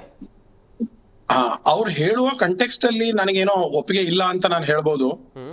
ಯಾಕಂದ್ರೆ ಒಂದು ರೀತಿಯಿಂದ ಬಿಜೆಪಿ ಅವರು ಒಂದಿಷ್ಟು ಪ್ರಭಾವಿ ಆಗಿದ್ದಾರೆ, ಎಲೆಕ್ಷನ್ ಕಮಿಷನ್ ಮೇಲೆ ಒತ್ತಡ ಹೇರಿದ್ದಾರೆ, ಇಲ್ಲ ಅದನ್ನ ಸ್ವಲ್ಪ ಸಂಶಯ ನನಗೂ ಇದೆ. ಯಾಕಂದ್ರೆ the way the selection committee of the chief election commissioner happened, ಯಾವ ರೀತಿಯಿಂದ ಚುನಾವಣಾ ಆಯೋಗ ಹೇಗೆ ಸೆಲೆಕ್ಷನ್ ಮಾಡಬೇಕು ಅನ್ನೋ ಪ್ರಕ್ರಿಯೆಯನ್ನೇ ಅವರು ಮುಟ್ಟುಗೊಳಿಸಿದ್ರು. ಅದನ್ನ ಎಲ್ಲಿ ಸುಪ್ರೀಂ ಕೋರ್ಟ್ ಜಡ್ಜ್ ಇರ್ಬೇಕಿತ್ತು ಅಲ್ಲಿ ತಮ್ಮದೇ ಒಬ್ಬ ಕ್ಯಾಬಿನೆಟ್ ಮೆಂಬರ್ ಅನ್ನ, ಅಂದ್ರೆ ಮಿನಿಸ್ಟರ್ನ ಇಡುವಂತ ಪ್ರಕ್ರಿಯೆನ ಮಾಡಿದ್ರು. ಆ ಮಟ್ಟಕ್ಕೆ ನನಗೆ ಬಿಜೆಪಿ ಅವ್ರ ಮೇಲೆ ಒಂದ್ ಸ್ವಲ್ಪ ಅಸಮಾಧಾನವೂ ಇದೆ. ಸುಪ್ರೀಂ ಕೋರ್ಟ್ ಕೂಡ ಒಂದು ಸೂಕ್ತ ರೀತಿಯಿಂದ ಸರಿಯಾದ ಸಮಯ within limited time frame reaction ಕೊಡ್ಲಿಲ್ಲ ಅನ್ನುವಂತ ಅಸಮಾಧಾನ ಇದೆ. ಆದ್ರೆ ಇವ್ರು ಹೇಳ್ತಾ ಇರುವುದು EVM ಮಷೀನ್ಸ್ ಬಗ್ಗೆ ಏನ್ ಡೌಟ್ ಪಡ್ತಾ ಇದ್ದಾರೆ, ಡೇಟಾ ಬೇಸ್ ಬಗ್ಗೆ ಏನ್ ಡೌಟ್ ಪಡ್ತಾ ಇದ್ದಾರೆ, ಅದರಲ್ಲಿ ಚುನಾವಣಾ ಫಲಿತಾಂಶವೇ ಏರುಪೇರು ಆಗುವಷ್ಟು ಮೊತ್ತದಲ್ಲಿ ಏರುಪೇರು ಆಗಿದೆ ಅಂತ ನಾನು ನಂಬಲ್ಲ. ಸೊ ಅವ್ರಿಗೆ ಕೊಡ್ತಾ ಇರುವ ನೆಪಗಳು ಇದು ಏನಿದೆ, ಅದರಲ್ಲಿ ಒಂದಿಷ್ಟು ರಿಫಾರ್ಮ್ಸ್ ಅನ್ನೋ ಪದವನ್ನು ಉಪಯೋಗಿಸಬಹುದು. Of course there is a reform that is required where data means soft data nowadays, not a hard copy. ಇದ್ರ ಬಗ್ಗೆ ಸಹಮತನೂ ಇದೆ, ಒಂದಿಷ್ಟು ಡಿಬೇಟೇಬಲ್ ಇಶ್ಯೂಸ್ ಇದೆ, ಹೌ ಟು ರಿಸಾಲ್ವ್ ಇಟ್ ಅಂತ ಸಮಸ್ಯೆಗಳಿದೆ. ಅದಕ್ಕೆ ಪರಿಹಾರ ಹೇಗ್ ತರಬೇಕು, ರಿಫಾರ್ಮ್ಸ್ ಹೇಗ್ ತರಬೇಕು, ಅದ್ರ ಬಗ್ಗೆ ಚರ್ಚೆ ಮಾಡುವಂತದಿದೆ. ಆದರೆ ಅದು ಆಪಾದನೆ ಮಾಡುವ ಪರಿಸ್ಥಿತಿಯಲ್ಲಿ ನನಗೆ ಇಲ್ಲ ಅಂತ ಅನ್ನೋ ಮಟ್ಟಿಗೆ ನಾನು ಹೇಳ್ತೀನಿ. Of course the way election commission was selected and ಅದನ್ನ ಯಾವ ರೀತಿಯಿಂದ ಇವರು ಅದು ರೂಲ್ಸ್ ಅನ್ನ ಚೇಂಜ್ ಮಾಡಿದ್ರು ಅದ್ರ ಬಗ್ಗೆ ನನಗೆ ತುಂಬಾ ದೊಡ್ಡ ಆಕ್ಷೇಪ ಇದೆ. ಅದ್ರ ಬಗ್ಗೆ ಯಾಕೆ ದೊಡ್ಡದಾಗಿ ಮಾತಾಡ್ತಾ ಇಲ್ಲ ಅಂತ ನಿಜವಾಗ್ಲೂ ನನಗೆ ಒಂದ್ ರೀತಿಯಿಂದ ಸಂದೇಹ. ಇವರು ನಿಜವಾಗ್ಲೂ ರಿಫಾರ್ಮ್ಸ್ ಬಗ್ಗೆ ಮಾತಾಡ್ತಾ ಇದ್ದಾರೋ, ಇಲ್ಲದ್ರೆ ತಾವು ಸೋತೋಗಿದ್ದಕ್ಕೆ ಒಂದು ಕುಂಟು ನೆಪವನ್ನ ಹುಡುಕ್ತಾ ಇದ್ದಾರೋ ಅನ್ನೋ ಬಗ್ಗೆ ನನಗೆ ನಂದೇ ಆದ ಒಂದು ಸಂದೇಹ ಇದೆ. ಅದು ನಾನು ಬಹಿರಂಗವಾಗಿ ಹೇಳಕ್ ಇಷ್ಟ ಬಯಸ್ತೀನಿ. ಅದ್ರ ಬಗ್ಗೆ ಎಲ್ಲಾ ಕುಲಂಕುಷವಾಗಿ ಚರ್ಚೆ ಆಗ್ಬೇಕಿತ್ತು ಹೊರತು, ಬಟ್ ಇವ್ರು ಹೇಳ್ತಾ ಇರೋ ಪಿನ್ ಪಾಯಿಂಟೆಡ್ ಪಾಯಿಂಟ್ಸ್ ಏನಿದೆ, those are part of reforms, not about complaint ಅಂತ. Yes sir, yes. ರಾಜಶೇಖರ್ ಅವರನ್ನ ಮಾತನಾಡಿಸ್ತಾ ಹೋಗೋಣ. ಸರ್ ಗಮನಿಸಿದ್ರಿ, ಒಂದ್ ಕಡೆಯಲ್ಲಿ ಜಟಾಪಟಿ ದೊಡ್ಡ ಮಟ್ಟದಲ್ಲಿ ನಡೀತಾ ಇದೆ. ಮಹದೇವಪುರ ವಿಧಾನಸಭಾ ಕ್ಷೇತ್ರದಲ್ಲಿ ಮತಗಳ್ಳತನ ಆಗಿದೆ ಎನ್ನುವಂತ ಕಾಂಗ್ರೆಸ್ನ ಆರೋಪವನ್ನ ನೀವು ಒಪ್ತೀರಾ ಸರ್? ಇಲ್ಲಿ ಪ್ರಶ್ನೆ ನೋಡಿ, ಇವತ್ತು ಈ ಚುನಾವಣೆಯಲ್ಲಿ ಅಕ್ರಮಗಳು ಇದೇನು ಹೊಸದಲ್ಲ. ಇವಾಗ ರಾಹುಲ್ ಗಾಂಧಿ ಅವರು ನಿನ್ನೆ ಪ್ರೆಸ್ ಮೀಟ್ ಮಾಡಿ ಬಹಿರಂಗಗೊಳಿಸಿದ್ದಾರೆ ಕೆಲವು ಅಂಶಗಳನ್ನ. ಇವಾಗ ಇದು ಬಹಳ ದೊಡ್ಡ ಸುದ್ದಿ ಆಗ್ತಿದೆ. ಆದ್ರೆ ನಮ್ಮ ಸಂಘಟನೆ ಒಳಗೊಂಡಂತೆ ಹಲವಾರು ಸಂಘಟನೆಗಳು, ಹಲವಾರು ರಾಜಕೀಯ ಪಕ್ಷಗಳು ಈ ಚುನಾವಣೆಗಳಲ್ಲಿ ಸಾಕಷ್ಟು ಅಕ್ರಮಗಳು ನಡೀತಾ ಇವೆ, ಸಮಸ್ಯೆಗಳಿದೆ ಅಂತೇಳಿ ಕೂಗು ಎತ್ತುತ್ತಾನೆ ಬಂದಿದ್ದೀವಿ. ಇದೇನು ಹೊಸದಲ್ಲ ಇದು. ಇದು ಈವನ್ ಕಾಂಗ್ರೆಸ್ ಪಕ್ಷ ಗೆದ್ದಿರೋ ಕಡೆ ಕೂಡ ಇಂಥ ಅಕ್ರಮಗಳು ನಡೆದಿವೆ. JDS ಪಕ್ಷ ಗೆದ್ದ ಕಡೆ ಕೂಡ ಇಂಥ ಅಕ್ರಮಗಳು ನಡೆದಿವೆ. ಇವತ್ತು ಚುನಾವಣೆಗಳಲ್ಲಿ ಯಾರೇ ಗೆಲ್ಲಬೇಕು ಅಂದ್ರೂ ಕೂಡ ಅಕ್ರಮಗಳಿಲ್ದಿರೋ ಯಾವುದೇ ಚುನಾವಣೆಗಳಿಲ್ಲ. ಇದು ನಮ್ಮ ಅಭಿಪ್ರಾಯ. ಒಂದು. ಎರಡನೇದಾಗಿ ನೋಡಿ, ಇವತ್ತೇನವರು ಹೇಳಿದ್ದಾರೆ ಈ ಕಳ್ಳು ಓಟುಗಳು ಅಥವಾ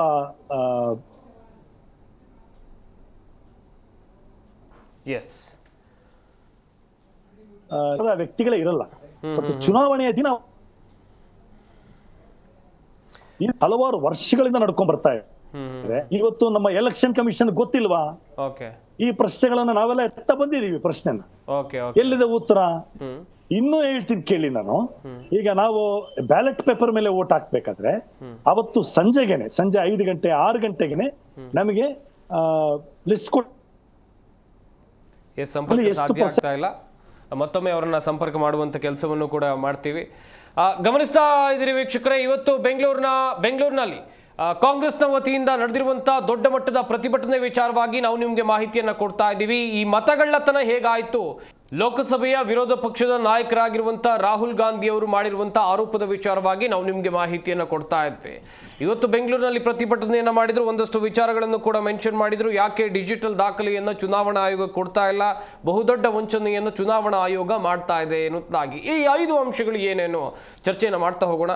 ಶಶಿಕಾಂತ್ ಸರ್, ಈಗ ರಾಹುಲ್ ಗಾಂಧಿ ಅವರು ಮೆನ್ಷನ್ ಮಾಡಿರುವಂತಹ 5 ವಿಚಾರಗಳ ಬಗ್ಗೆ ನೋಡ್ತಾ ಹೋಗೋದಾದ್ರೆ, ಯಾಕೆ ಡಿಜಿಟಲ್ ದಾಖಲೆಗಳನ್ನ ಕೊಡ್ತಾ ಇಲ್ಲ, ಹಾಗೇನೆ ಬಹುದೊಡ್ಡ ವಂಚನೆಯನ್ನು ಚುನಾವಣಾ ಆಯೋಗ ಮಾಡ್ತಾ ಇದೆ ಎನ್ನುವಂಥದ್ದು, ಬಿಜೆಪಿ ಏಜೆಂಟ್ ರೀತಿಯಲ್ಲಿ ವರ್ತಿಸ್ತಾ ಇದೆ, ವಿರೋಧ ಪಕ್ಷಗಳನ್ನ ಬೆದರಿಸುವಂತ ಕೆಲಸವನ್ನ ಮಾಡ್ತಾ ಇದೆ ಎನ್ನುವುದಾಗಿ. ಹಾಗಾದ್ರೆ ಚುನಾವಣಾ ಆಯೋಗದ ಮೇಲೆ ಕಾಂಗ್ರೆಸ್ನವರಿಗೆ ನಂಬಿಕೆ ಇಲ್ವಾ? ಚುನಾವಣಾ ಆಯೋಗ ಅಂದ್ರೆ ಚುನಾವಣೆಯ ಮುಖ್ಯ ಚುನಾವಣಾಧಿಕಾರಿಯ ಆಯ್ಕೆ ಪ್ರಕ್ರಿಯೆ ಸಮಸ್ಯೆಯಲ್ಲಿದೆ. ಈಗ ಅರವಿಂದ್ ಅವರು ಹೇಳಿದರು, ತಮಗೆ ಬೇಕಾದವರಲ್ಲಿ ಇರ್ತಕ್ಕಂಥ ನಿಯಮಗಳನ್ನು ಮೀರಿ ಅದನ್ನು ಒಡೆದು ಹಾಕಿ ಸುಪ್ರೀಂ ಕೋರ್ಟ್ ಜಡ್ಜ್ ಇರಬೇಕಾಗಿತ್ತು ಆ ಸಮಿತಿಯಲ್ಲಿ, ಅದನ್ನು ತೆಗೆದು ಹಾಕಿಬಿಟ್ಟು ಅದಕ್ಕೆ ತಮ್ಮದೇ ಕ್ಯಾಬಿನೆಟ್ ಸದಸ್ಯರನ್ನ ಹಾಕಿ ಆ ರೀತಿ ಮಾಡಿದ್ರಿಂದ ಮುಖ್ಯ ಚುನಾವಣಾಧಿಕಾರಿಗಳ ಆಯ್ಕೆಯ ಕ್ರಮದಲ್ಲಿಯೇ ಮೊದಲನೇದಾಗಿ ಎಡವಿಲ್ಲ, ಉದ್ದೇಶಪೂರ್ವಕವಾಗಿ ಮಾಡಿದರು ಬಿಜೆಪಿ ಅವರು. ಸೊ ಅವಾಗಿಂದನೇ ಸಂದೇಹಗಳು ಶುರು ಆಯಿತು. ಮೊದಲಿರ್ತಕ್ಕಂಥ ಫಾರ್ಮೆಟ್ನ ಬದಲಾಯಿಸಿದ್ರು. ಇವಾಗ ಏನಾಯಿತು ಅಂತಂದರೆ, ಈ ಅಕ್ರಮಗಳಿದಾವಲ್ಲ, ಚುನಾವಣಾ ಅಕ್ರಮಗಳು, ಇವು ಚುನಾವಣೆ ಅನ್ನೋದು ಆರಂಭವಾದಾಗಿಂದಲೂ ಇದ್ದಂಗೆ ಬರ್ತಾನೆ ಇರ್ತವೆ. ಆದರೆ ಅದು ರೂಪಾಂತರಗೊಳ್ತಾ ಹೋಗ್ತವೆ, ಬೇರೆ ಬೇರೆ ರೂಪದಲ್ಲಿ ನಮ್ಗೆ ಕಂಡು ಬರ್ತವೆ. ಈಗಿರ್ತಕ್ಕಂಥದ್ದು ರಾಹುಲ್ ಗಾಂಧಿ ಅವರು ಹೇಳಿರ್ತಕ್ಕಂಥ ಈ ರೂಪಗಳು ಡಿಫ್ರೆಂಟ್ ಆಗಿದ್ದಾವೆ. ಇವಾಗ ಬೇಕಾಗಿರೋದು ಇಷ್ಟೇ, ಇಲ್ಲಿ ಇರ್ತಕ್ಕಂಥ ಸಂದೇಹಗಳನ್ನು ಅನುಮಾನಗಳನ್ನು ನಿವಾರಿಸುವ ಕೆಲಸವನ್ನು ಯಾರು ಮಾಡಬೇಕು? ಚುನಾವಣಾ ಆಯೋಗ. ಚುನಾವಣಾ ಆಯೋಗಕ್ಕೆ ಕೇಳ್ತಾ ಇರೋದು ಇಷ್ಟೇ ಪ್ರಶ್ನೆಗಳು. ಏನು ಅಂತಂದರೆ, ಆಯಿತು ಸ್ವಾಮಿ, ವೋಟಿಂಗ್ ಆಗಿದೆ, ಕೇಂದ್ರ ಸರ್ಕಾರ ಅಧಿಕಾರಕ್ಕೆ ಬಂದಿದೆ ಬಿಜೆಪಿ, ನಮಗೂ ಬೇಕಾಗಿರೋದೇನು, ನಮಗೂ ಸ್ವಲ್ಪ ಸಂದೇಹಗಳಿದ್ದಾವೆ, ಆದ್ದರಿಂದ ದಯವಿಟ್ಟು ವೋಟರ್ ಲಿಸ್ಟನ್ನು ನಮಗೆ ಕೊಟ್ಬಿಡಿ, ಡಿಜಿಟಲ್ ಫಾರ್ಮೆಟಲ್ಲಿ ಕೊಟ್ಬಿಡಿ. ಯಾಕೆಂತಂದರೆ ನಾವು ಕೋಟ್ಯಾಂತರ ಮ್ಯಾನ್ಯುವಲ್ ಆಗಿರ್ತಕ್ಕಂಥದ್ದನ್ನೆಲ್ಲ ನಾವು ನೋಡೋಕ್ಕಾಗೋದಿಲ್ಲ ಅಂತ ಹೇಳಿದರು. ಆಯಿತಾ, ಅವ್ರ ಹತ್ರ ಇದೆ ಅದೆಲ್ಲ ಡಾಟಾಗಳು ಚುನಾವಣಾ ಆಯೋಗದಲ್ಲಿ ಇರಬೇಕು, ಇದ್ದೇ ಇರುತ್ತೆ. ಸೊ ಅದನ್ನು ಕೊಟ್ಟರೆ ಮುಗಿದೋಗುತ್ತೆ, ಆಯ್ತಪ್ಪ ನೋಡ್ಕೊಳ್ಳಿ ನೀವು ಅಂತ ಹೇಳ್ಬಿಟ್ಟು. ಆದರೆ ಅದನ್ನು ಕೊಟ್ಟರೆ ಇಡೀ ದೇಶಾದ್ಯಂತ ಅಲ್ಲೋಲ ಕಲ್ಲೋಲ ಆಗೋಗ್ಬಿಡುತ್ತೆ. ಆಯ್ತಾ, ಮಹಾರಾಷ್ಟ್ರ ಚುನಾವಣೆ ವ್ಯತ್ಯಾಸಗಳಾಗಿದ್ದಾವೆ, ಹರಿಯಾಣದಲ್ಲಿ ವ್ಯತ್ಯಾಸಗಳಾಗಿದ್ದಾವೆ. ಆಮೇಲೆ ಇವುಗಳನ್ನು ಯಾವತ್ತೂ ಸಹಿತ ಇವರು ಕರಾರುವಕ್ಕಾಗಿ ಮಾಡ್ತಾರೆ ಅಂತಿಲ್ಲ. ಯಾಕಂತಂದರೆ ಹಲವಾರು ಸರ್ತಿ ಡೂಪ್ಲಿಕೇಟ್ ಆಗಿರ್ತವೆ, ಒಬ್ಬೊಬ್ಬರೇ ಹೋಗ್ಬಿಟ್ಟು 2 ಮತಕ್ಷೇತ್ರದಲ್ಲಿ ಇರ್ತಾರೆ. ಈಗ ನಾನು ನಮ್ಮ ಊರಲ್ಲಿ ಬಿಟ್ಟು ಬಂದಿರ್ತೀನಿ, ಅಲ್ಲೊಂದು ಇರುತ್ತೆ ನನ್ನ ವೋಟರ್ ID, ಇಲ್ಲೊಂದು ವೋಟರ್ ID ಇರುತ್ತೆ. ಕೆಲವೊಂದನ್ನು ಉದ್ದೇಶಪೂರ್ವಕವಾಗಿ ಮಾಡ್ತಾರೆ. ನಿಮ್ಗೆ ಗೊತ್ತಿರಬಹುದು, ಈಗ ಮುನಿರತ್ನ ಅನ್ನುವಂಥ ಒಬ್ಬರು ಶಾಸಕರ ಮನೆಯಲ್ಲಿ 20,000 ಏನು ಸಿಕ್ತು, ಆಧಾರ್ ಕಾರ್ಡ್ಸ್ಗಳು ಸಿಕ್ತು. Okay voter I D voter ಐಡಿಗಳು ವೋಟರ್ ಐಡಿ ಆಧಾರ್ ಕಾರ್ಡ್ ಅಲ್ಲ ವೋಟರ್ ಐ ಡಿ ಎಲ್ಲಿಂದ ಬಂತು, ಅವ್ರ ಹತ್ರ ಯಾಕೆ ಸಿಕ್ತು? ಓಕೆ ಅರ್ಧ ಅಂದ್ರೇನು, ಒಬ್ಬ ಶಾಸಕ ಇದ್ದವನು ತಮ್ಮ ಚುನಾವಣೆ ಅಕ್ರಮಕ್ಕೋಸ್ಕರ 20,000 ಜನರ ಹತ್ರ ತಗೊಳ್ಕೊಂಡಿದ್ದ ಅನ್ನೋ ತಪ್ಪಲ್ವಾ? ಇವತ್ತುವರೆಗೂ ಸಹಿತ ಅವ್ರಿಗೇನು ಶಿಕ್ಷೆ ಆಗಿಲ್ಲ. ಯಾಕೆ ಇಟ್ಕೊಂಡಿದೆ ಅಂತ ಗೊತ್ತಾಗಿಲ್ಲ. ಈ ರೀತಿಯಾದಂಥ ಅಕ್ರಮಗಳು ನಡೀತಾ ಬಂದಿದ್ದಾವೆ. ಸೊ ಆದ್ದರಿಂದ ಈಗ ಒಂದು ಮೌಲಿಕ ಪ್ರಶ್ನೆಗಳು ಎತ್ತಿದಾಗ ಅದು ಸರಿನೋ ತಪ್ಪು ಅನ್ನೋದು ಮುಖ್ಯ ಅಲ್ಲ. ಬಹಳ ಮುಖ್ಯವಾಗಿ ಅವ್ರು ಕೇಳ್ತಕ್ಕಂಥ ಡಾಟಾಗಳನ್ನ ಕೊಡಬೇಕಾಗುತ್ತೆ. ಎಲ್ಲದಕ್ಕಿಂತ ಹೆಚ್ಚಾಗಿ ಎವಿಡೆನ್ಸ್ಗಳನ್ನ ಯಾಕ್ರಿ ನಾಶ ಮಾಡ್ತೀರಾ ನೀವು? ಪ್ರತಿ ಬೂತ್ನಲ್ಲೂ ಕ್ಯಾಮ್ರಾ ಇಟ್ಟಿದ್ದೀರಿ, ಎಷ್ಟು ಜನ ಬಂದ್ರು, ಎಷ್ಟು ಜನ ಹೋದ್ರು, ಎಷ್ಟು ಜನ ಮತ ಮಾಡಿದ್ರು ಹಾಕಿದಾರೆ ಅಂತ ಗೊತ್ತಾಯ್ತಲ್ವಾ? ಅವುಗಳನ್ನ ಯಾಕೆ ನೀವು ಕೊಡ್ತಾ ಇಲ್ಲ? ಅದರಲ್ಲಿ ಏನಿದೆ? ಆಕಸ್ಮಿಕವಾಗಿ ನಾನು ಹೋಗ್ತಾ ಇದ್ದೀನಿ, ಬೂತ್ ನಂಬರ್ 10 ನಲ್ಲಿ ಹಾಕಿರ್ತೀನಿ, ಒಂದು ಅರ್ಧ ಗಂಟೆ ಬಿಟ್ಬಿಟ್ಟು ಬೂತ್ ನಂಬರ್ 12 ಹಾಕ್ತೀನಿ, 18 ಹಾಕ್ತೀನಿ, ಆಮೇಲೆ ಅದು 5 ಗಂಟೆ ಮೇಲೆ ಇದೆಯಲ್ಲ, 5ರಿಂದ 6 7 ಗಂಟೆ ಇದೆಯಲ್ವಾ, ಅದು 1 ಅವರ್ 2 ಅವರ್ ಅಲ್ಲಿ ಇದಕ್ಕಿದ್ದಂಗೆ ಮತ ಪ್ರಮಾಣ ಜಾಸ್ತಿ ಆಗೋಗ್ಬಿಡುತ್ತೆ. ಎಲ್ಲರೂ ಓಡಿ ಓಡಿ ಓಡಿ ಬಂದು ಹಾಕ್ತಾರಲ್ಲ, ಇವುಗಳು ಸಂದೇಹವನ್ನು ಹೆಚ್ಚು ಮಾಡ್ತಾ ಹೋಗ್ತಾ ಇದ್ದಾವೆ. ಆದ್ದರಿಂದ ಈ ಸಂದೇಹವನ್ನು ನೀವು ನಿವಾರಿಸುವವರೆಗೂ ಚುನಾವಣಾ ಆಯೋಗದ ಮೇಲೆ ಅನುಮಾನಗಳು ಹೆಚ್ಚಾಗ್ತಾ ಹೋಗ್ತಾ ಇದ್ದಾವೆ. ಚುನಾವಣಾ ಆಯೋಗವನ್ನ ಸಾಕ್ತಕ್ಕಂಥ ಏನು ಪಕ್ಷ ಇದೆಯಲ್ಲ, ಅದರ ಮೇಲೆ ಅನುಮಾನಗಳು ಜಾಸ್ತಿ ಆಗ್ತವೆ. ಈ ರೀತಿ ಅನುಮಾನ ಜಾಸ್ತಿ ಆದರೆ ನಮ್ಮ ಸಂವಿಧಾನ ಅಪಾಯದಲ್ಲಿದೆ, ಪ್ರಜಾಪ್ರಭುತ್ವ ಅಪಾಯದಲ್ಲಿದೆ. ಸೊ ಆದ್ದರಿಂದ ಯಾವುದೇ ಕಾರಣಕ್ಕೂ ಯಾರೇ ಪ್ರಶ್ನೆ ಇದನ್ನು ಕೇಳಿದ್ರೆ, ಅವ್ರಿಗೆ ಕೇಳ್ತಾ ಇರೋದು ಸ್ವಂತ ಆಸ್ತಿ ವಿವರ ಕೇಳ್ತಾ ಇಲ್ಲ, ಕೇಳ್ತಾ ಇರೋದು ದೇಶಕ್ಕೆ ಸಂಬಂಧಪಟ್ಟಂತದ್ದು. ವೋಟರ್ ಲಿಸ್ಟ್ ಕೇಳ್ತಾ ಇದ್ದಾರೆ, ನಮ್ಮ ಕ್ಯಾಮ್ರಾದಲ್ಲಿ ಆಗಿರ್ತಕ್ಕಂಥ ಡಿಜಿಟಲ್ ಫಾರ್ಮೆಟ್ ಕೇಳ್ತಾ ಇದ್ದಾರೆ, ರೆಕಾರ್ಡೆಡ್ ಕೇಳ್ತಾ ಇದ್ದಾರೆ. ಸರಿ, ಅದು ಬೇಡ, ಅವ್ರ ಅಭ್ಯರ್ಥಿ ಆದ್ರೆ ಅವ್ರಿಗೆ ಕೊಡಿ ಸ್ವಾಮಿ, ಬೇರೆಯವ್ರಿಗೆ ಬೇಡ. ಈಗ ಒಬ್ಬ ಸೋತ ಅಭ್ಯರ್ಥಿನೋ ಗೆದ್ದ ಅಭ್ಯರ್ಥಿನೋ ಇರ್ತಾನೆ, ಅವ್ರು ಕೇಳ್ತಾನೆ ನನ್ನ ಮತಕ್ಷೇತ್ರಕ್ಕೆ ಸಂಬಂಧಪಟ್ಟಂತದ್ದು ಕೊಡಿ ಅಂತ ಕೇಳಿದಾಗ ಕೊಡ್ಲಿಕ್ಕೆ ಏನ್ ಕಷ್ಟ, ಅದನ್ನ ಒದಗಿಸಿ ಅನ್ನೋದೇ ಬಹಳ ಮುಖ್ಯವಾದಂತ ಪ್ರಶ್ನೆ ಇವಾಗ. ಓಕೆ, ಹಾಗೇನೆ ರಾಜಶೇಖರ್ ಅವರು ಆಗ್ಲೇ ಮಾಹಿತಿಯನ್ನ ಕೊಡ್ತಾ ಇದ್ರು, ಬೆಂಗಳೂರು ಉಳಿಸಿ ಸಮಿತಿಯ ಸದಸ್ಯರು. ಸರ್, ಆಗ್ಲೇ ಒಂದಷ್ಟು ವಿಚಾರಗಳ ಕುರಿತು ಮಾಹಿತಿಯನ್ನ ಕೊಡ್ತಾ ಇದ್ರಿ, ಅದನ್ನೇ ಕಂಟಿನ್ಯೂ ಮಾಡ್ತಾ ಹೋಗೋದಾದ್ರೆ ಸರ್.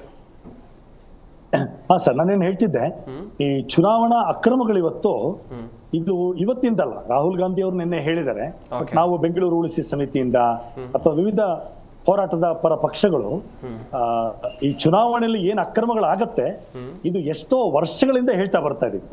ಅಂದ್ರೆ ಈಗ ಈ ಎಲೆಕ್ಷನ್ ಟೈಮಲ್ಲಿ ನೀವು ನೋಡ್ತೀರಾ, ಈ ವೋಟರ್ ಸೈಡ್ ನೀವು ಸರ್ವೆ ಮಾಡಿದ್ರೆ, ಇವಾಗ ಮನೆಗಳಿಗೆ ಹೋಗಿ ಸರ್ವೆ ಮಾಡಿದ್ರೆ ಆ ವ್ಯಕ್ತಿಗಳೇ ಇರಲ್ಲ, ಆದ್ರೆ ಎಲೆಕ್ಷನ್ ಟೈಮಲ್ಲಿ ಬರ್ತಾ ಇರೋದು.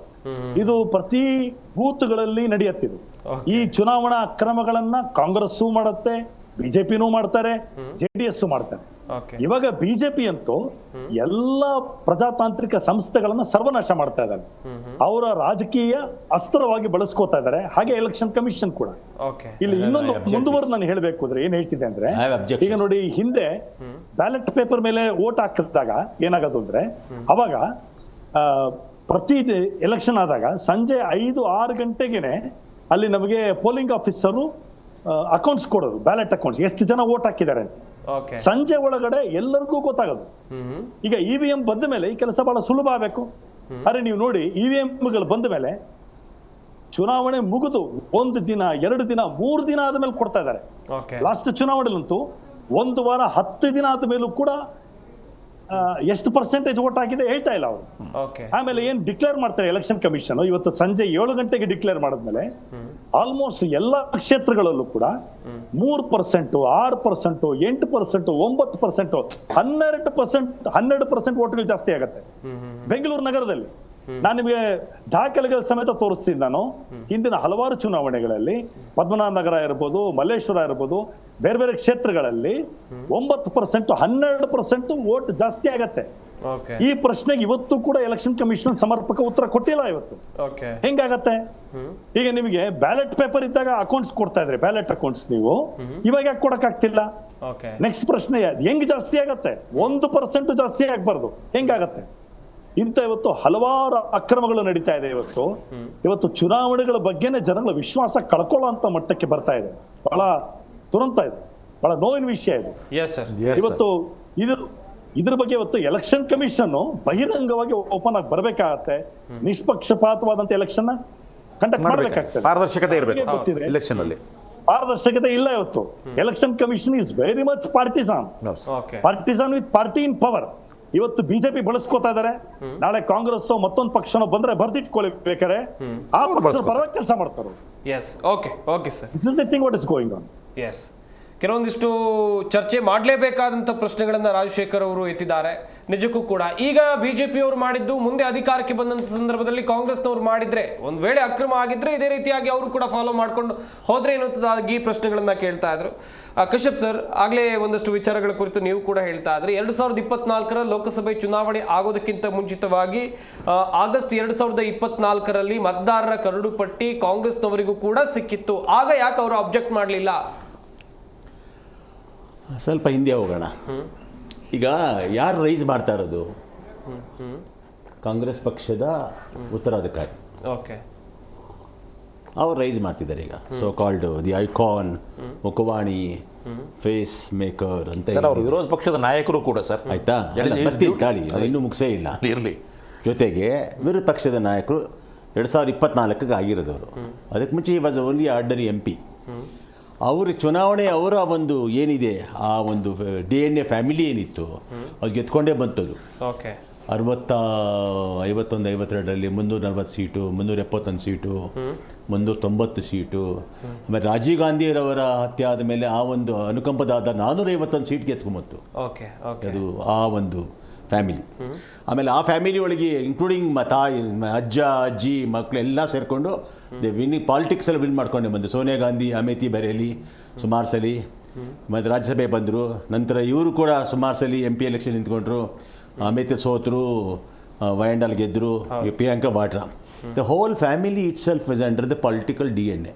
ಓಕೆ, ಈ ನೀವು ರಾಜಕೀಯದ ಚುನಾವಣೆಯ ಮತದಾರರ ಒಂದು ಕೃಪಾ ಕಟಾಕ್ಷದಿಂದ ಗೆದ್ದುಬಿಟ್ಟು ಈಗ ಸರಿ ಹೋಗ್ತಿಲ್ಲ ಅಂಥೇಳಿ ಬೇರೆಯವರು ಕ್ಷೇತ್ರಕ್ಕೆ ಕೈ ಹಾಕ್ಬಿಟ್ಟು ನೀವು ಅಲ್ಲಿ ಓಟ್ ಬೋಗಸ್ ಆಗಿದೆ, ಇಲ್ಲಿ ಓಟ್ ಬೋಗಸ್ ಆಗಿದೆ ಅಂತ ಹೇಳ್ತಿದ್ದೀರಿ. ಸರಿಯೇ, ಬಟ್ ನೀವು ಕೇಳ್ತಾರೆ ಮೆಥಡಾಲಜಿ ಸರಿ ಇಲ್ಲ, ಕಾನೂನಾತ್ಮಕ ಸರಿ ಇಲ್ಲ ಅದು ಒಂದು. ಯಾಕೆಂತಂದರೆ ರಾಜೀವ್ ಗಾಂಧಿರವರ ಏನೋ ರೈಟ್ ಟು ಬ್ರೈನ್ ಇದೆಯಲ್ಲ, ರೈಟ್ ಟು ಸ್ಟ್ರೋಕಿಂಗ್ ಮಾಡ್ತಾರಲ್ಲ, ಅವೆಲ್ಲವೂ ಕೂಡ ಫೈಲೂರು. ಸುಮಾರು ಸಲ ಅಲಿಗೇಷನ್ ಮಾಡಿದ್ರು, ಪ್ರತಿಯೊಂದು ವಿಷಯಕ್ಕೂ ಮಾಡಿದ್ರು. ಸೈನ್ಯದ ಮೇಲೆ ಮಾಡಿದ್ರು, ಆಮೇಲೆ ಇದ್ರ ಮೇಲೆ ಯಾವುದು ಸೈನ್ಯದ ಮೇಲೆ ಮಾಡಿದ್ರು, ನಂತರ ರಫಲ್ಸ್ ಮೇಲೆ ಮಾಡಿದ್ರು. ಎಲ್ಲ ಮಾಡಿದಾಗಲೂ ಕೊಟ್ಟ all it was hit and run. ವಿರೋಧ ಪಕ್ಷದವ್ರು ಅವ್ರಿಗೆ ಏನಂತ ಹೆಸರಿಟ್ಟಿದೆ ಗೊತ್ತಾ? Rahul hit and run, mister hit and run ಅಂತ ಇಟ್ಟಿದೆ. ಬರಲೇ ಇಲ್ಲ. ಮೋದಿ ಅವ್ರಿಗೂ ಹೇಳ್ತೀವಿ. ಆಯ್ತಾ ನಿಮಿಷ ತಾಳಿ, ನಾನು ಈ ಸಬ್ಜೆಕ್ಟ್ ಬಗ್ಗೆ ಮಾತಾಡ್ತಿದ್ದೀನಿ. ಇಲ್ಲಿ ಏನಾಯ್ತು, ಇಲ್ಲಿ ಕೇಳ್ತಾ ಇರೋದು ಏನಂತಂದ್ರೆ, ಈಗ ತಗೊಳ್ಳಿ, ಈಗ ಸುಮಾರು 9 ಸಲ ಗೆದ್ದರು ಮಲ್ಲಿಕಾರ್ಜುನ್ ಖರ್ಗೆ. 2 ಸಲ MP ಆದರೂ ಅವರ ಕ್ಷೇತ್ರದ ಜನ ಅವರಿಗೆ ಅವಕಾಶ ಕೊಡಲಿಲ್ಲ, ರಾಜ್ಯಸಭೆ ಮೆಂಬರ್ ಅದು. ಎಲ್ಲ ಪೊಲಿಟಿಕಲ್ ಪವರಲ್ಲಿದ್ದಾರೆ. All their in political power. ಈಗ ಜನಸಾಮಾನ್ಯವಾಗಿ ಮಾತಾಡಿದ್ರೆ ಬೇರೆ ವಿಷಯ. ನಾನು ವೋಟರು, ನನಗೆ ಹಕ್ಕಿದೆ ಕೊಡಿ ಅಂತ ಕೇಳೋದು ಮಾತಾಡಿದೆ. ನೀವೆಲ್ಲ ಗೆದ್ದು ಅದೇ ಪ್ಲಾಟ್ಫಾರ್ಮಲ್ಲಿ, ಎಲೆಕ್ಷನ್ ಪ್ಲಾಟ್ಫಾರ್ಮಲ್ಲಿ, ಲೋಕಸಭಾ ಸೀಟ್ ಬಂದ ಪವರ್ ಪ್ಲಾಟ್ಫಾರ್ಮಲ್ಲಿ MLA ವಗೈರೆ ಮೊನ್ನೆ ಗೆದ್ದಿರಲ್ಲ 131 ಚಿಲ್ಲರೆ ಕೇಂದ್ರ ಕಾಂಗ್ರೆಸ್ ಸರ್ಕಾರ ಬಂತಲ್ಲ, 130 ಚಿಲ್ಲರೆ ಏನು ಬಂತಲ್ಲ, ಅದಾಗ ಅಕ್ರಮವಾಗಿ ಬಂದಿತ್ತಾ ಅಥವಾ ಇವರೇ ಏನೋ ಪ್ರಾಮಾಣಿಕತೆ ಗೆದ್ದಿರ? ಇಲ್ಲೇನು ಇರಲಿಲ್ವಾ? ಯಾವುದು ಚುನಾವಣೆ ಪ್ರಕ್ರಿಯೆ ಒಳಗೆ ಯಾವುದೇ ಥರದ ಏನೋ ಅದಕ್ಕೆ ಪ್ರಚೋದನೆ ಅಥವಾ ಆಮಿಷ ಏನು ಇರಲಿಲ್ವಾ? ಸ್ಟ್ರೈಟಾ? ಇನ್ನೊಂದು ಸಮಸ್ಯೆ ಇದೆ. ಏನಾಗ್ತಿದೆ ಅಂದರೆ, ಚುನಾವಣೆ ಸಮಸ್ಯೆ ಏನಿದೆ, ಆ ಸಂಬಂಧಪಡ್ತಕ್ಕಂಥ ಅಧಿಕಾರಿಗಳನ್ನು ಪಕ್ಕದಲ್ಲಿಡಿ. ಲೋಕಲ್ ಗ್ರೌಂಡ್ ವರ್ಕ್ ಮಾಡೋರು ಬೇರೆಯವರು, ಲೋಕಲ್ ಕೆಲಸ ಮಾಡ್ತಾರಲ್ಲ ಅದು ಬೇರೆಯವರು. ಚುನಾವಣೆ ಕಮಿಷನ್ ಆದೇಶ ಕೊಡ್ಬೋದು, ಒಂದು ಸರ್ಕಲರ ಮಾಡ್ಬೋದು. ಆ ಸ್ಟೇಟ್ ವೈಸು ಒಂದು state wise KS officer, IAS officer ಒಂದು 50-60 ವರ್ಷ ಇರ್ತಾರೆ. ಅವರವ್ರನ್ನ ಪ್ರೊಫೈಲ್ ಚುನಾವಣಾ ಅಧಿಕಾರಿ ಅಂತ ಮಾಡ್ತಾರೆ. ಲೋಕಲ್ ಗ್ರೌಂಡ್ ಕೆಲಸ ಮಾಡ್ತಾರೆ ನೋಡಿ. ಈಗ ಅಲ್ಲಿ ಲೋಕಲ್ ಗ್ರೌಂಡಲ್ಲಿ ಟೀಚರ್ಗಳನ್ನ ಆಯ್ಕೆ ಮಾಡ್ಕೊಳ್ತಾರೆ. ಟೀಚರ್ಗಳಲ್ಲಿ ಯಾರು ಆಯ್ಕೆ ಮಾಡ್ಕೋತಾರೆ? ಮತದಾರ ಅಧಿಕಾರಿಯಾಗಿರ್ತಾರೆ. ಅವ್ನು ಯಾವ ವೆಟ್ಟೆಡ್ ಪಾರ್ಟಿ ಜೊತೆ ಇರ್ತಾನೆ ನಮ್ಗೆ ಗೊತ್ತಿರಲ್ಲ. ವೆಟ್ಟೆಡ್ ಜೊತೆ ಪಾರ್ಟಿ ಜೊತೆ, ಯಾವ ಪಾರ್ಟಿ ಜೊತೆ ಪ್ಲಾಂಟೇಶನ್ ಆಗ್ಬಿಟ್ಟು ಕೂತ್ಕೊಂಡಿರ್ತಾರೋ, ಯಾರು ಬೇಕು ಸುಮಾರು ಸಲ ಸಸ್ಪೆಂಡ್ ಮಾಡಿದ್ದಾರೆ. ಸುಮಾರು ಅಧಿಕಾರಿಗಳನ್ನು, ಚುನಾವಣೆ ಸಂಬಂಧಪಡ್ತಕ್ಕ ಸಿಬ್ಬಂದಿಗಳನ್ನು ಚುನಾವಣಾ ಆಯೋಗ ಸಸ್ಪೆಂಡ್ ಮಾಡಿದೆ. ಕೆಲವು ಚುನಾವಣಾ ಅಧಿಕಾರಿಗಳು ಮನೆ ಕಳಿಸಿದ್ದಾರೆ, ಸ್ಟ್ರೈಟ್ ಆಗಿ ಬರಬೇಕಂತ ಕಂಪಲ್ಸರಿ ಆಗಿದೆ. ಚುನಾವಣಾ ಪ್ರಕ್ರಿಯೆಗಳಿದೆಯಲ್ಲ, ಅದು ನೀವು ನಿಮ್ಮಲ್ಲಿ ಮಿಷನರೀಸ್ ಇಲ್ಲ. You are depending on somebody's man power. ನಿಮ್ಮ ಮ್ಯಾನ್ ಪವರ್ ನಿಮ್ಮ ಹತ್ರ ಚುನಾವಣಾ ಅಂತ ಮ್ಯಾನ್ ಪವರ್ ಇದೆಯಾ? ಇಲ್ಲ ಸರ್. ಕೆಲವೊಂದು ಇಲಾಖೆಗಳಿವೆ ಅಷ್ಟೇ. ಅದು ರಾಜ್ಯ ಚುನಾವಣಾ ಆಯೋಗ, ರಾಷ್ಟ್ರ ಚುನಾವಣಾ ಆಯೋಗ ಅಂತಿದೆ. ಚುನಾವಣೆಗೆ ನಮಗೆ BMTC, KSRTC ಅಥವಾ ಬೆಸ್ಕಾಂ ಥರ ಮ್ಯಾನ್ ಪವರ್ ಇದೆಯಾ ರೆಗ್ಯುಲರ್ ಕೆಲಸ ಮಾಡೋದಕ್ಕೆ? ಇಲ್ಲ. ಅಲ್ಲಿ ದರ್ ಓನ್ಲಿ ಡಿಪೆಂಡಿಂಗ್ ಆನ್ 5 ವರ್ಷಕ್ಕೊಂದ್ಸಲಿ ಬರತಕ್ಕಂಥ ಚುನಾವಣೆಗೆ ಒಂದು ಹೈರ್ ಮಾಡ್ಕೋತಾರೆ. ಇಷ್ಟು ಶುಲ್ಕ ಕೊಡ್ತಾರೆ ಅವರಿಗೆ, ಇಷ್ಟು ಚುನಾವಣೆ ಫಂಡಿಂಗ್ ಅಂತ ಬರುತ್ತೆ, ಆಯ್ಕೆ ಮಾಡ್ಕೋತಾರೆ. ಅದ್ರಲ್ಲಿ ಅವ್ರಿಗೆ ಏನು ತರಬೇತಿ ಸಿಗುತ್ತೆ ಕರೆದು ಬಿಡ್ತಾರೆ. ಈಗ ತಗೊಳ್ಳಿ, ಈಗ BBMP ಎಲೆಕ್ಷನ್ನು ಇಷ್ಟು ವರ್ಷ ಆಯಿತು, ಕರೆಯೋಕ್ಕಾಗಲಿಲ್ಲ ನಿಜ. ಯಾರಿಗೆ ಈಗಿನ ಸರ್ಕಾರ ಕರೆಯೋಕ್ಕಾಗಲಿಲ್ಲ. ಅದು ಸ್ಟಿಲ್ ಇಟ್ ಇಸ್ ಪೆಂಡಿಂಗ್. ಕೋರ್ಟಲ್ಲಿ ಇರುವಂತ ಮ್ಯಾಟರ್ ಸರ್. ಹಾಂ, BBMP ಎಲೆಕ್ಷನ್ ವಿಚಾರ ಕೋರ್ಟಲ್ಲಿ ಇದೆಯಲ್ಲ ಅಂತ. ಅದನ್ನೇ, that is what I am telling you. ಇವಾಗ ಯಾವಾಗ ಇವರು ಪ್ರಕ್ರಿಯೆ ಹಿಂತಿರುಗಿದ್ರು, ಪ್ರಕ್ರಿಯೆಯಿಂದ ಹೊರಗೆ ಬರ್ತಾರೆ, ಆಟೋಮೆಟಿಕ್ ಕೋರ್ಟ್ ಏನ್ ಮಾಡುತ್ತೆ, ನ್ಯಾಯಾಲಯದ ಬಾಗಿಲು ಕಟ್ಟೆ ಹೊಡಿ. ಮಾತಾಡೋಣ. ಅರವಿಂದ್ ಸರ್, ಗಮನಿಸಿದ್ರಿ ಈಗ ಮಹದೇವಪುರ ವಿಧಾನಸಭಾ ಕ್ಷೇತ್ರದಲ್ಲಿ ಮತಗಳ್ಳತನ ಆಗಿದೆ ಎನ್ನುವಂತ ಆರೋಪ, ಅಲ್ಲಿ ಬಿಜೆಪಿಗೆ ಮುನ್ನಡೆ ಬಂದಿದೆ ಎನ್ನುವಂತ ಕೂಡ ಈಗ ಕಾಂಗ್ರೆಸ್ನವರು ಆರೋಪ ಮಾಡ್ತಾ ಇರೋದು. ಬೆಂಗಳೂರು ಸೆಂಟ್ರಲ್ ಲೋಕಸಭಾ ಕ್ಷೇತ್ರದಲ್ಲಿ ಸರ್ವಜ್ಞ ನಗರ ಕೂಡ ಬರುತ್ತೆ, ಅಲ್ಲೂ ಕಾಂಗ್ರೆಸ್ಗೆ ಮುನ್ನಡೆ ಬಂದಿದೆ, ಅಲ್ಲೇ ನಿಮ್ಗೆ ಮುನ್ನಡೆ ಬಂತು ಅಂತ ಹೇಳಿ ಈಗ ಬಿಜೆಪಿ ಅವರು ಪ್ರಶ್ನೆ ಮಾಡ್ತಾ ಇದ್ದಾರೆ. ಈ ವಿಚಾರವಾಗಿ ಹೇಳ್ತಾ ಹೋಗೋದಾದ್ರೆ ಸರ್. ಅಲ್ಲ, ಇದರಲ್ಲಿ ಒಂದಿಷ್ಟು ನಮಗೆ ಕ್ಲಾರಿಟಿ ಇರಬೇಕು. ಯಾಕಂದ್ರೆ ಜನರು ಅವ್ರ ಮನಸ್ಸನ್ನ ಬದಲಾಯಿಸಿರ್ಬೋದು, ಪಕ್ಷವನ್ನ ಬಿಟ್ಟು ಬೇರೆ ಪಕ್ಷಕ್ಕೆ ಹೋಗಿರ್ಬೋದು, ಅದನ್ನ ಯಾವ ತಕ್ಕಡಿಯಲ್ಲಿ ನೀವು ತೂಗಬಹುದು. ಸೊ ಹಾಗಾಗಿ ನಾವು ಇಲ್ಲಿ ಚುನಾವಣಾ ಅಕ್ರಮಗಳು ಚರ್ಚೆ ಮಾಡ್ತಿದೀವಿ, ಅದರಲ್ಲಿ ಕೂಡ ಬ್ಯಾಲೆಟ್ ಇದು ಏನೋ EVMs ರಿಲೇಟೆಡ್ ಅಂಡ್ ಅದರದ್ದು ಡೇಟಾ ರಿಲೇಟೆಡ್, ಅದನ್ನ ಹ್ಯಾಂಡ್ಲಿಂಗ್ ಅಂಡ್ ಮಿಸ್ ಹ್ಯಾಂಡ್ಲಿಂಗ್ ಅಂತ. ಯಾಕಂದ್ರೆ ಇಲ್ಲಿ ಎಂಟೈರ್ ರಿಫಾರ್ಮ್ಸ್ ಬಗ್ಗೆ ಕಾಂಗ್ರೆಸ್ ಅವರು ಮಾತಾಡಿದ್ರೆ ಅದಕ್ಕೂ ಒಂದು ಬೆಲೆ ಬಂದಿರೋದು. ಯಾಕೆ the way election commission was selected, ಅದನ್ನ ಯಾವ ರೀತಿಯಿಂದ ಇವರು ಮ್ಯಾನಿಪುಲೇಟ್ ಮಾಡ್ಕೊಂಡು ಅಧಿಕಾರ ಚಲಾಯಿಸ್ತಾ ಇದ್ದಾರೆ ಅನ್ನೋದು, ಅದು ಕೂಡ ಅವ್ರು ಕವರ್ ಮಾಡ್ತಾ ಇಲ್ಲ. ಅವರು ಈಗ ಕೆಲವು ಕ್ಷೇತ್ರದಲ್ಲಿ ನಾವು ಗೆಲ್ಬೇಕಾಗಿತ್ತು, ಅಲ್ಲಿ ಸೋತಿದೀವಿ, ಆದ್ರಿಂದ EVM ಮೇಲೆ ಅಂತ ಕೇಳ್ತಾರೆ. ಆಮೇಲೆ ಕೆಲವುದನ್ನ ಎಡಿಷನ್ ಮಾಡಿದ್ದಾರೆ, ಕೆಲವುದನ್ನ ಡಿಲೀಟ್ ಮಾಡಿದ್ದಾರೆ. ಅದು ಅವ್ರದ್ದು ವಯಸ್ಸು, ಅದು ಇದು ಒಂದು ಕಾಂಟ್ರರಿ ಡೇಟಾ ತಗೊಂಡ್ಬಿಟ್ಟು how it is contrasting, how it is hitting it to their own foot ಅಂತ. ಸೊ ಹಾಗಾಗಿ ಅದಕ್ಕೆ ನಾವು ಲಿಮಿಟ್ ಮಾಡ್ಕೊಂಡು ಹೋದಾಗ ಕಾಂಗ್ರೆಸ್ ಸ್ಟ್ಯಾಂಡ್ ಗೆ ತುಂಬಾ ಇವತ್ತು ಮಾನ್ಯತೆ ಬರುವಂತದ್ದು ತುಂಬಾ ಕಷ್ಟ ಇದೆ. ಯಾಕಂದ್ರೆ ಅವರು ಸಮಗ್ರವಾಗಿ ರಿಫಾರ್ಮ್ಸ್ ಬಗ್ಗೆ ಮಾತಾಡಿದ್ರೆ ಅದಕ್ಕೊಂದು ಬೆಲೆ ಬರೋದು. ಇದು ಪಾಯಿಂಟ್ ನಂಬರ್ 1. ಪಾಯಿಂಟ್ ನಂಬರ್ 2, ಈಗ ನಾವು ಫಾರ್ ಎಕ್ಸಾಂಪಲ್ ಹೇಳ್ತೀವಿ, ಮುನಿರತ್ನ ಅವರ ಕಡೆ 20,000 ಫೇಕ್ ವೋಟರ್ ಐಡಿಸೋ ಇಲ್ಲ ವೋಟರ್ ಐಡಿಸೋ ಸಿಕ್ಕಿತ್ತು, ಅದು ಇನ್ವೆಸ್ಟಿಗೇಷನ್ ಸ್ಟೇಜ್ ಅಲ್ಲಿ ಇತ್ತು, ಅದ್ರ ಮುಂದೆ ನಾವು ಏನು ಕೇಳಲಿಲ್ಲ ಅಂತ. But do we know that he was there in Congress at that time? He was not taken any action punitively at that time. Even today Congress is in power, have they taken up those cases, those of cases ಅಂತ ಒಂದೇ ಅಲ್ಲ, ಅಂತ ಹಲವಾರು cases ಇದೆ. ಅದನ್ನ logical ಎಂಡಿಗೆ ಹೋಗೋಕೆ ಸಿದ್ದರಾಮಯ್ಯ ಸರ್ಕಾರ ಏನಾದ್ರೂ ಕೆಲಸ ಮಾಡ್ತಾ ಅಂದ್ರೆ, ಒಬ್ರು ಹೇಳ್ತಾ ಇರುವಾಗ ಕೂಡ ನಿಮ್ಮ ಮೇಲೆ ಕೂಡ 3 ಬಟ್ ಇರುತ್ತೆ, ನೀವು 1 ಬಟ್ ಮುಂದೆ ತೋರಿಸ್ತಾ ಇರುವಾಗ ಅದನ್ನಲ್ಲಿ ಕ್ಲೀನ್ ಅಂಡ್ ಕ್ಲಿಯರ್ ಆಗಿ ನಾವು ಬರ್ಬೇಕು, ಸಮಗ್ರವಾಗಿ ನಾವು ಕೇಳ್ಕೋಬೇಕು. ಇಲ್ಲಾಂದ್ರೆ ಇವಾಗ ಫೇಸ್ ಸೇವಿಂಗ್ ಆಕ್ಟ್ ಅಂತ ಹೇಳ್ತಾರೆ. ನಾವು ಗೆಲ್ಬೇಕಾಗಿತ್ತು ಬೆಂಗಳೂರು ಸೆಂಟ್ರಲ್ ಅಲ್ಲಿ, ಗೆದ್ದು ಬಿಟ್ಟಿದೀವಿ ಅಂತ ಭಾವಿಸಿದ್ವಿ, ಆದ್ರೆ ಸಡನ್ ಆಗಿ ಒಂದಿಷ್ಟು ಮತಪೆಟ್ಟಿಗೆ ಬಂದಾಗ ಕೊನೆ ರೌಂಡ್ ಆಫ್ ಕೌಂಟಿಂಗ್ ಅಲ್ಲಿ ಬಿಜೆಪಿ ಅವ್ರಿಗೆ ಬಂದ್ಬಿಡ್ತು ಅಂತ ಹೇಳ್ಬಿಟ್ಟು ಇವರು ಅಘಾತವಾಯ್ತು. ಇಲ್ಲಾಂದ್ರೆ ಕಾಂಗ್ರೆಸ್ ಹೈಕಮಾಂಡ್ ಒಬ್ಬ ಟಾಪ್ ಲೀಡರ್ ಸೋತೋದ್ರು, ಸೋಲು ಹೋಗುವಂತ ಸಾಧ್ಯತೆ ಇರಲಿಲ್ಲ. ಅಂದ್ರೆ where do we draw this mark? So we should be very clear when we debate. Number 1. Number 2, ಕೆಲವುದು ಆಪಾದನೆಗಳಲ್ಲಿ ಬರುತ್ತೆ, ಕಂಪ್ಲೇಂಟ್ ಅಲ್ಲಿ ಬರುತ್ತೆ, ಇನ್ವೆಸ್ಟಿಗೇಷನ್ ಮಾಡಬೇಕು ಅನ್ನುವಂತ ಪರಿಸ್ಥಿತಿ ಇರುತ್ತೆ. ಇನ್ನೊಂದಿಷ್ಟು they are reforms, basic reforms, which any government can initiate and any political party can initiate. They need not have to go and bark in front of 1 lakh people. ಜನರಿಗೆ ಸಮಗ್ರವಾಗಿ ಹೇಳ್ಬೇಕು ಅನ್ನುವಂತ ಅನಿವಾರ್ಯತೆ ಇಲ್ಲ. ಆದ್ರೆ ಇವ್ರ ಹತ್ರ ಬೇರೆ ಮುದ್ದೆಗಳಿಲ್ಲ, ನಾವು ಯಾವ ರೀತಿ ಚರ್ಚೆ ಮಾಡ್ಬೇಕು. ಯಾಕಂದ್ರೆ they are already in power in Karnataka and they want to highlight themselves to Kannadigas in some way. ಯಾರು ಪ್ರಬುದ್ಧರಿದ್ದಾರೆ, ಯಾರು ಇವರ ಆಟ ನೋಟಗಳನ್ನ ನೋಡ್ತಾ ಬರ್ತಾ ಇದ್ದಾರೆ, ಇವರಿಗೆ ಬೇರೆ ಒಂದು ಇಶ್ಯೂಸ್ ಕ್ಲಿಯರ್ ಆಗಿ ಕೇಳುವಂತ, ಯಾಕಂದ್ರೆ ಪವರ್ ಅಲ್ಲಿ ಇರುವಾಗ ಇಶ್ಯೂ ಸಿಗೋದು ಬಾರಿ ಕಷ್ಟ, ಅರ್ಥ ಆಯ್ತಲ್ವಾ? ಸೊ ಹಾಗಾಗಿ ಯಾವ್ದೋ ಒಂದು ಸಮಗ್ರವಾಗಿರುವಂತ ಒಂದು ಇಶ್ಯೂ ಇಟ್ಕೊಂಡ್ ಬರೋಣ ಅಂತ ಅನ್ಕೊಂಡು ರಾಹುಲ್ ಗಾಂಧಿ ಅವ್ರು ಇಟ್ಕೊಂಡ್ ಬಂದ್ರು. ಇವ್ರು ನಮ್ಮವರು ಅವ್ರು ಮಾಡಿರುವ ಕೆಲಸಕ್ಕೆ ಅವ್ರು ಸರಿಪಡಿಸೋದಕ್ಕೆ ಟಾಮ್ ಟಾಮ್ ಅಂತ ಹೇಳಿ ಟೋಟಲ್ ಕಾಂಗ್ರೆಸ್ ಮೆಷಿನರಿ ವರ್ಕ್ ಮಾಡ್ತಾ ಇರುತ್ತೆ. ನಾವ್ ಇದನ್ನ ಹಲವಾರು ಬಾರಿ ನೋಡ್ತಾ ಬಂದಿದ್ವಿ. ಈ ರೀತಿಯ shooting in their own foot ಅಂತ ಹೇಳ್ತಾರಲ್ಲ, ಆ ರೀತಿಯ ಒಂದು ಕೆಲಸ ಅಂತ ನಾನು ಭಾವಿಸ್ತೀನಿ ಹೊರತು ಅದಕ್ಕಿಂತ ಹೆಚ್ಚಾಗಿ ನಾನು ಸೀರಿಯಸ್ ಆಗಿ ತಗೊಳ್ಳಲ್ಲ. ಬಟ್ ಅಫ್ಕೋರ್ಸ್ ಎಲೆಕ್ಷನ್ ಕಮಿಷನ್ ಅಲ್ಲಿ ರಿಫಾರ್ಮ್ಸ್ ಬೇಕಾಗಿದೆ, ಅದ್ರ ಬಗ್ಗೆ I am quite serious. But I am not with Congress are trying to buy Congress version of data ಕೊಡೋದೇ ಇಲ್ಲ. ಯಾಕೆ ಕೊಡಲ್ಲ? Sit and negotiate and it can happen. So ಅದನ್ನ ಅವರು ಸಮಗ್ರವಾಗಿ ನಾನು ಕೊಡೋದೇ ಇಲ್ಲ ಅಂತ ಹೇಳ್ಬಿಟ್ಟು ಎಲ್ಲ ನಕಾರಿಸಿದಾರಾ? ಇಲ್ಲ. ಅದನ್ನ ಕೊಟ್ರೆ ಬೇರೆ ಡೇಟಾ ಥೆಫ್ಟ್ಸ್ ಆಗೋ ಸಾಧ್ಯತೆ ಇರುತ್ತೆ. ಬೇರೆ ಕಂಪನಿಗಳು ಅದನ್ನ ತಗೊಂಡ್ಬಿಟ್ಟು ಅವರ ಬಿಸ್ನೆಸ್ ನ ಮುಂದುವರಿಸುವಂತ ಕೆಲಸ ಇರುತ್ತೆ.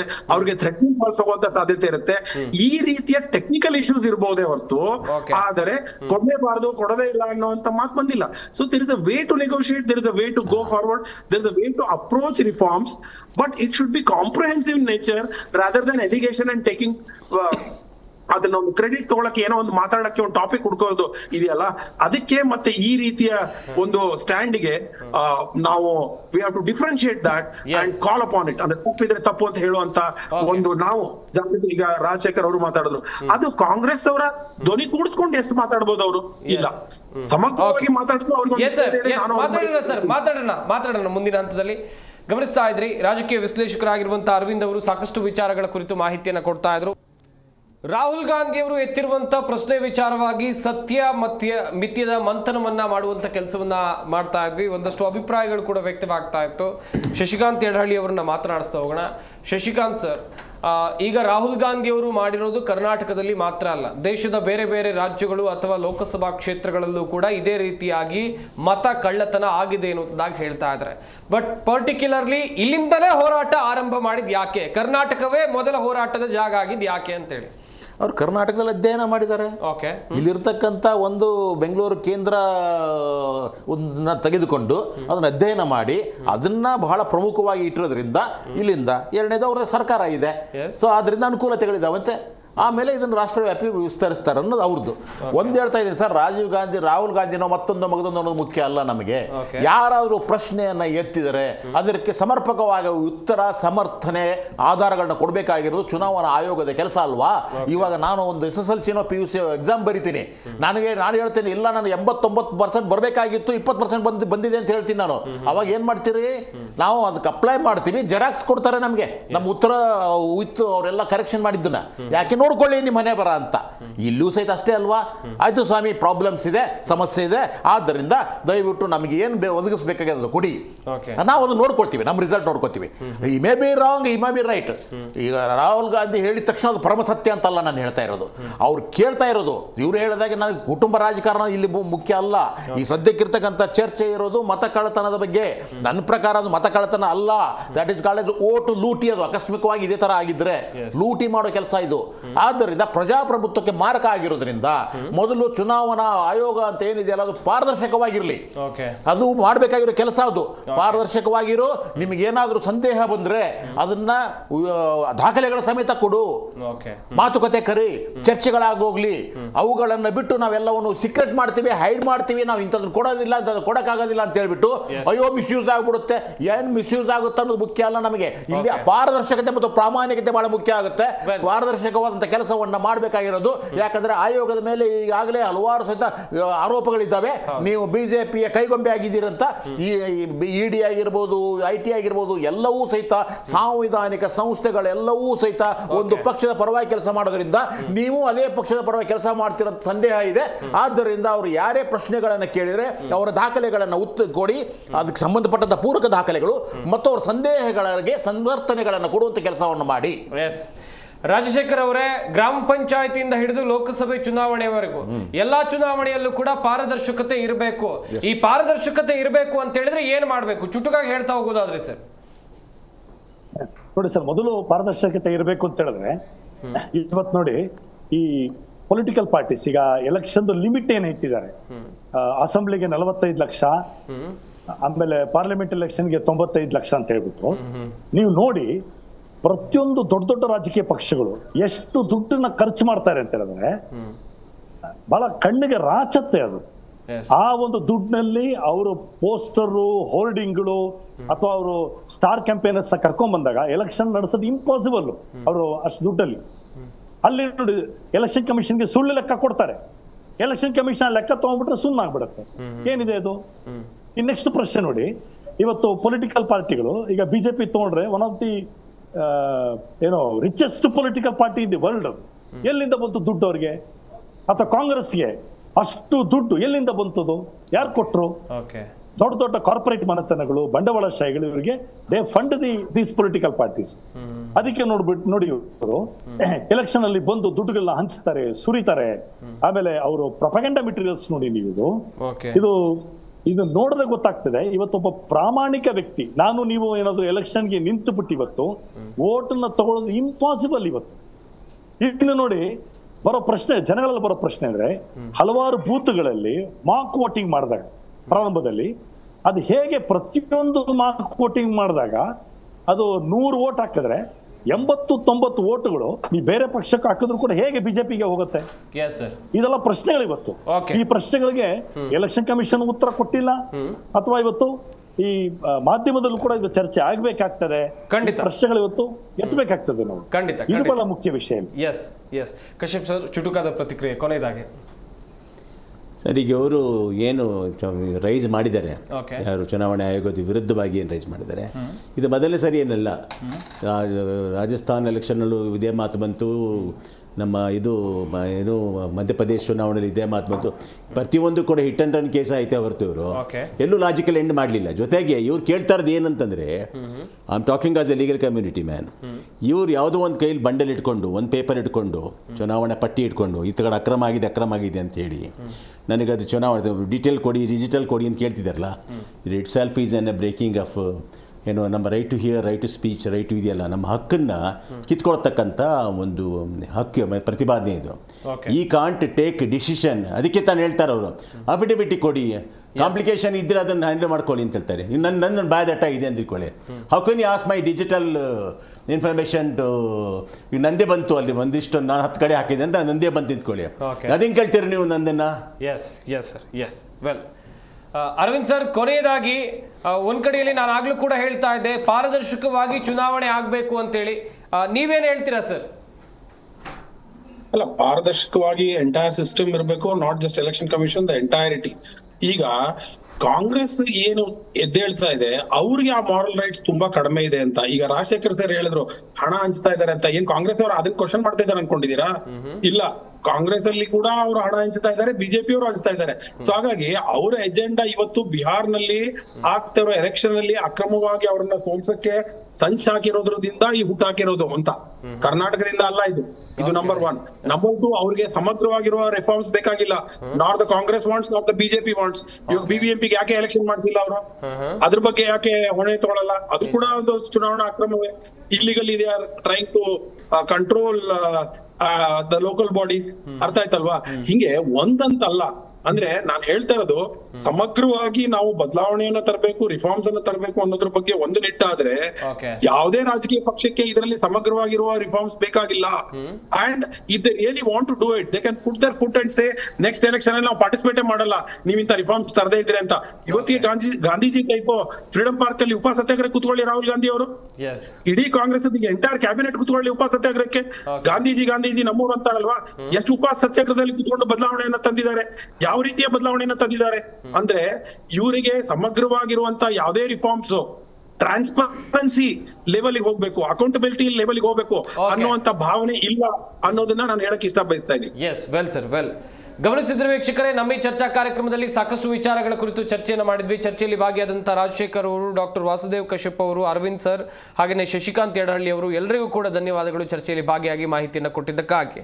ಇವತ್ತು ಬೆಂಗಳೂರಿನಲ್ಲಿ ವಿರೋಧ ಪಕ್ಷದ ನಾಯಕ ರಾಹುಲ್ ಗಾಂಧಿ ಅವರ ನೇತೃತ್ವದಲ್ಲಿ ಎಐಸಿಸಿ ಅಧ್ಯಕ್ಷರಾಗಿರುವಂಥ ಮಲ್ಲಿಕಾರ್ಜುನ್ ಖರ್ಗೆ ಅವರ ನೇತೃತ್ವದಲ್ಲಿ ದೊಡ್ಡ ಮಟ್ಟದ ಪ್ರತಿಭಟನೆಯನ್ನು ಹಮ್ಮಿಕೊಳ್ಳಲಾಗಿತ್ತು. ಇದಕ್ಕೆ ಕಾರಣ ಬೆಂಗಳೂರಿನ ಒಂದು ಲೋಕಸಭಾ ಕ್ಷೇತ್ರದ ವ್ಯಾಪ್ತಿಯಲ್ಲಿ ಮತಗಳ್ಳತನ ಆಗಿದೆ ಎನ್ನುವ ನಿಟ್ಟಿನಲ್ಲಿ ಚುನಾವಣಾ ಆಯೋಗಕ್ಕೆ ಪ್ರಶ್ನೆಗಳ ಮೇಲೆ ಪ್ರಶ್ನೆಯನ್ನು ಕೇಳಿದ್ದಾರೆ. ಈ ಪ್ರಶ್ನೆಗಳಿಗೆ ಉತ್ತರಿಸುವಂತ ಕೆಲಸವನ್ನ ಚುನಾವಣಾ ಆಯೋಗ ಮಾಡುತ್ತಾ, ಮುಂದಾದರೂ ಪಾರದರ್ಶಕವಾಗಿ ಚುನಾವಣೆಗಳಾಗುತ್ತಾ ಎನ್ನುವುದಾಗಿ ಇರುವಂತಹ ಪ್ರಶ್ನೆ. ಇದಾಗಿತ್ತು ಇವತ್ತಿನ ಚರ್ಚಾ ವಿಷಯ. ನೋಡ್ತಾ ಇರಿ ಜಿ ಕನ್ನಡ ನ್ಯೂಸ್, ಸತ್ಯವೇ ಸುದ್ದಿಯ ಜೀವಾಳ.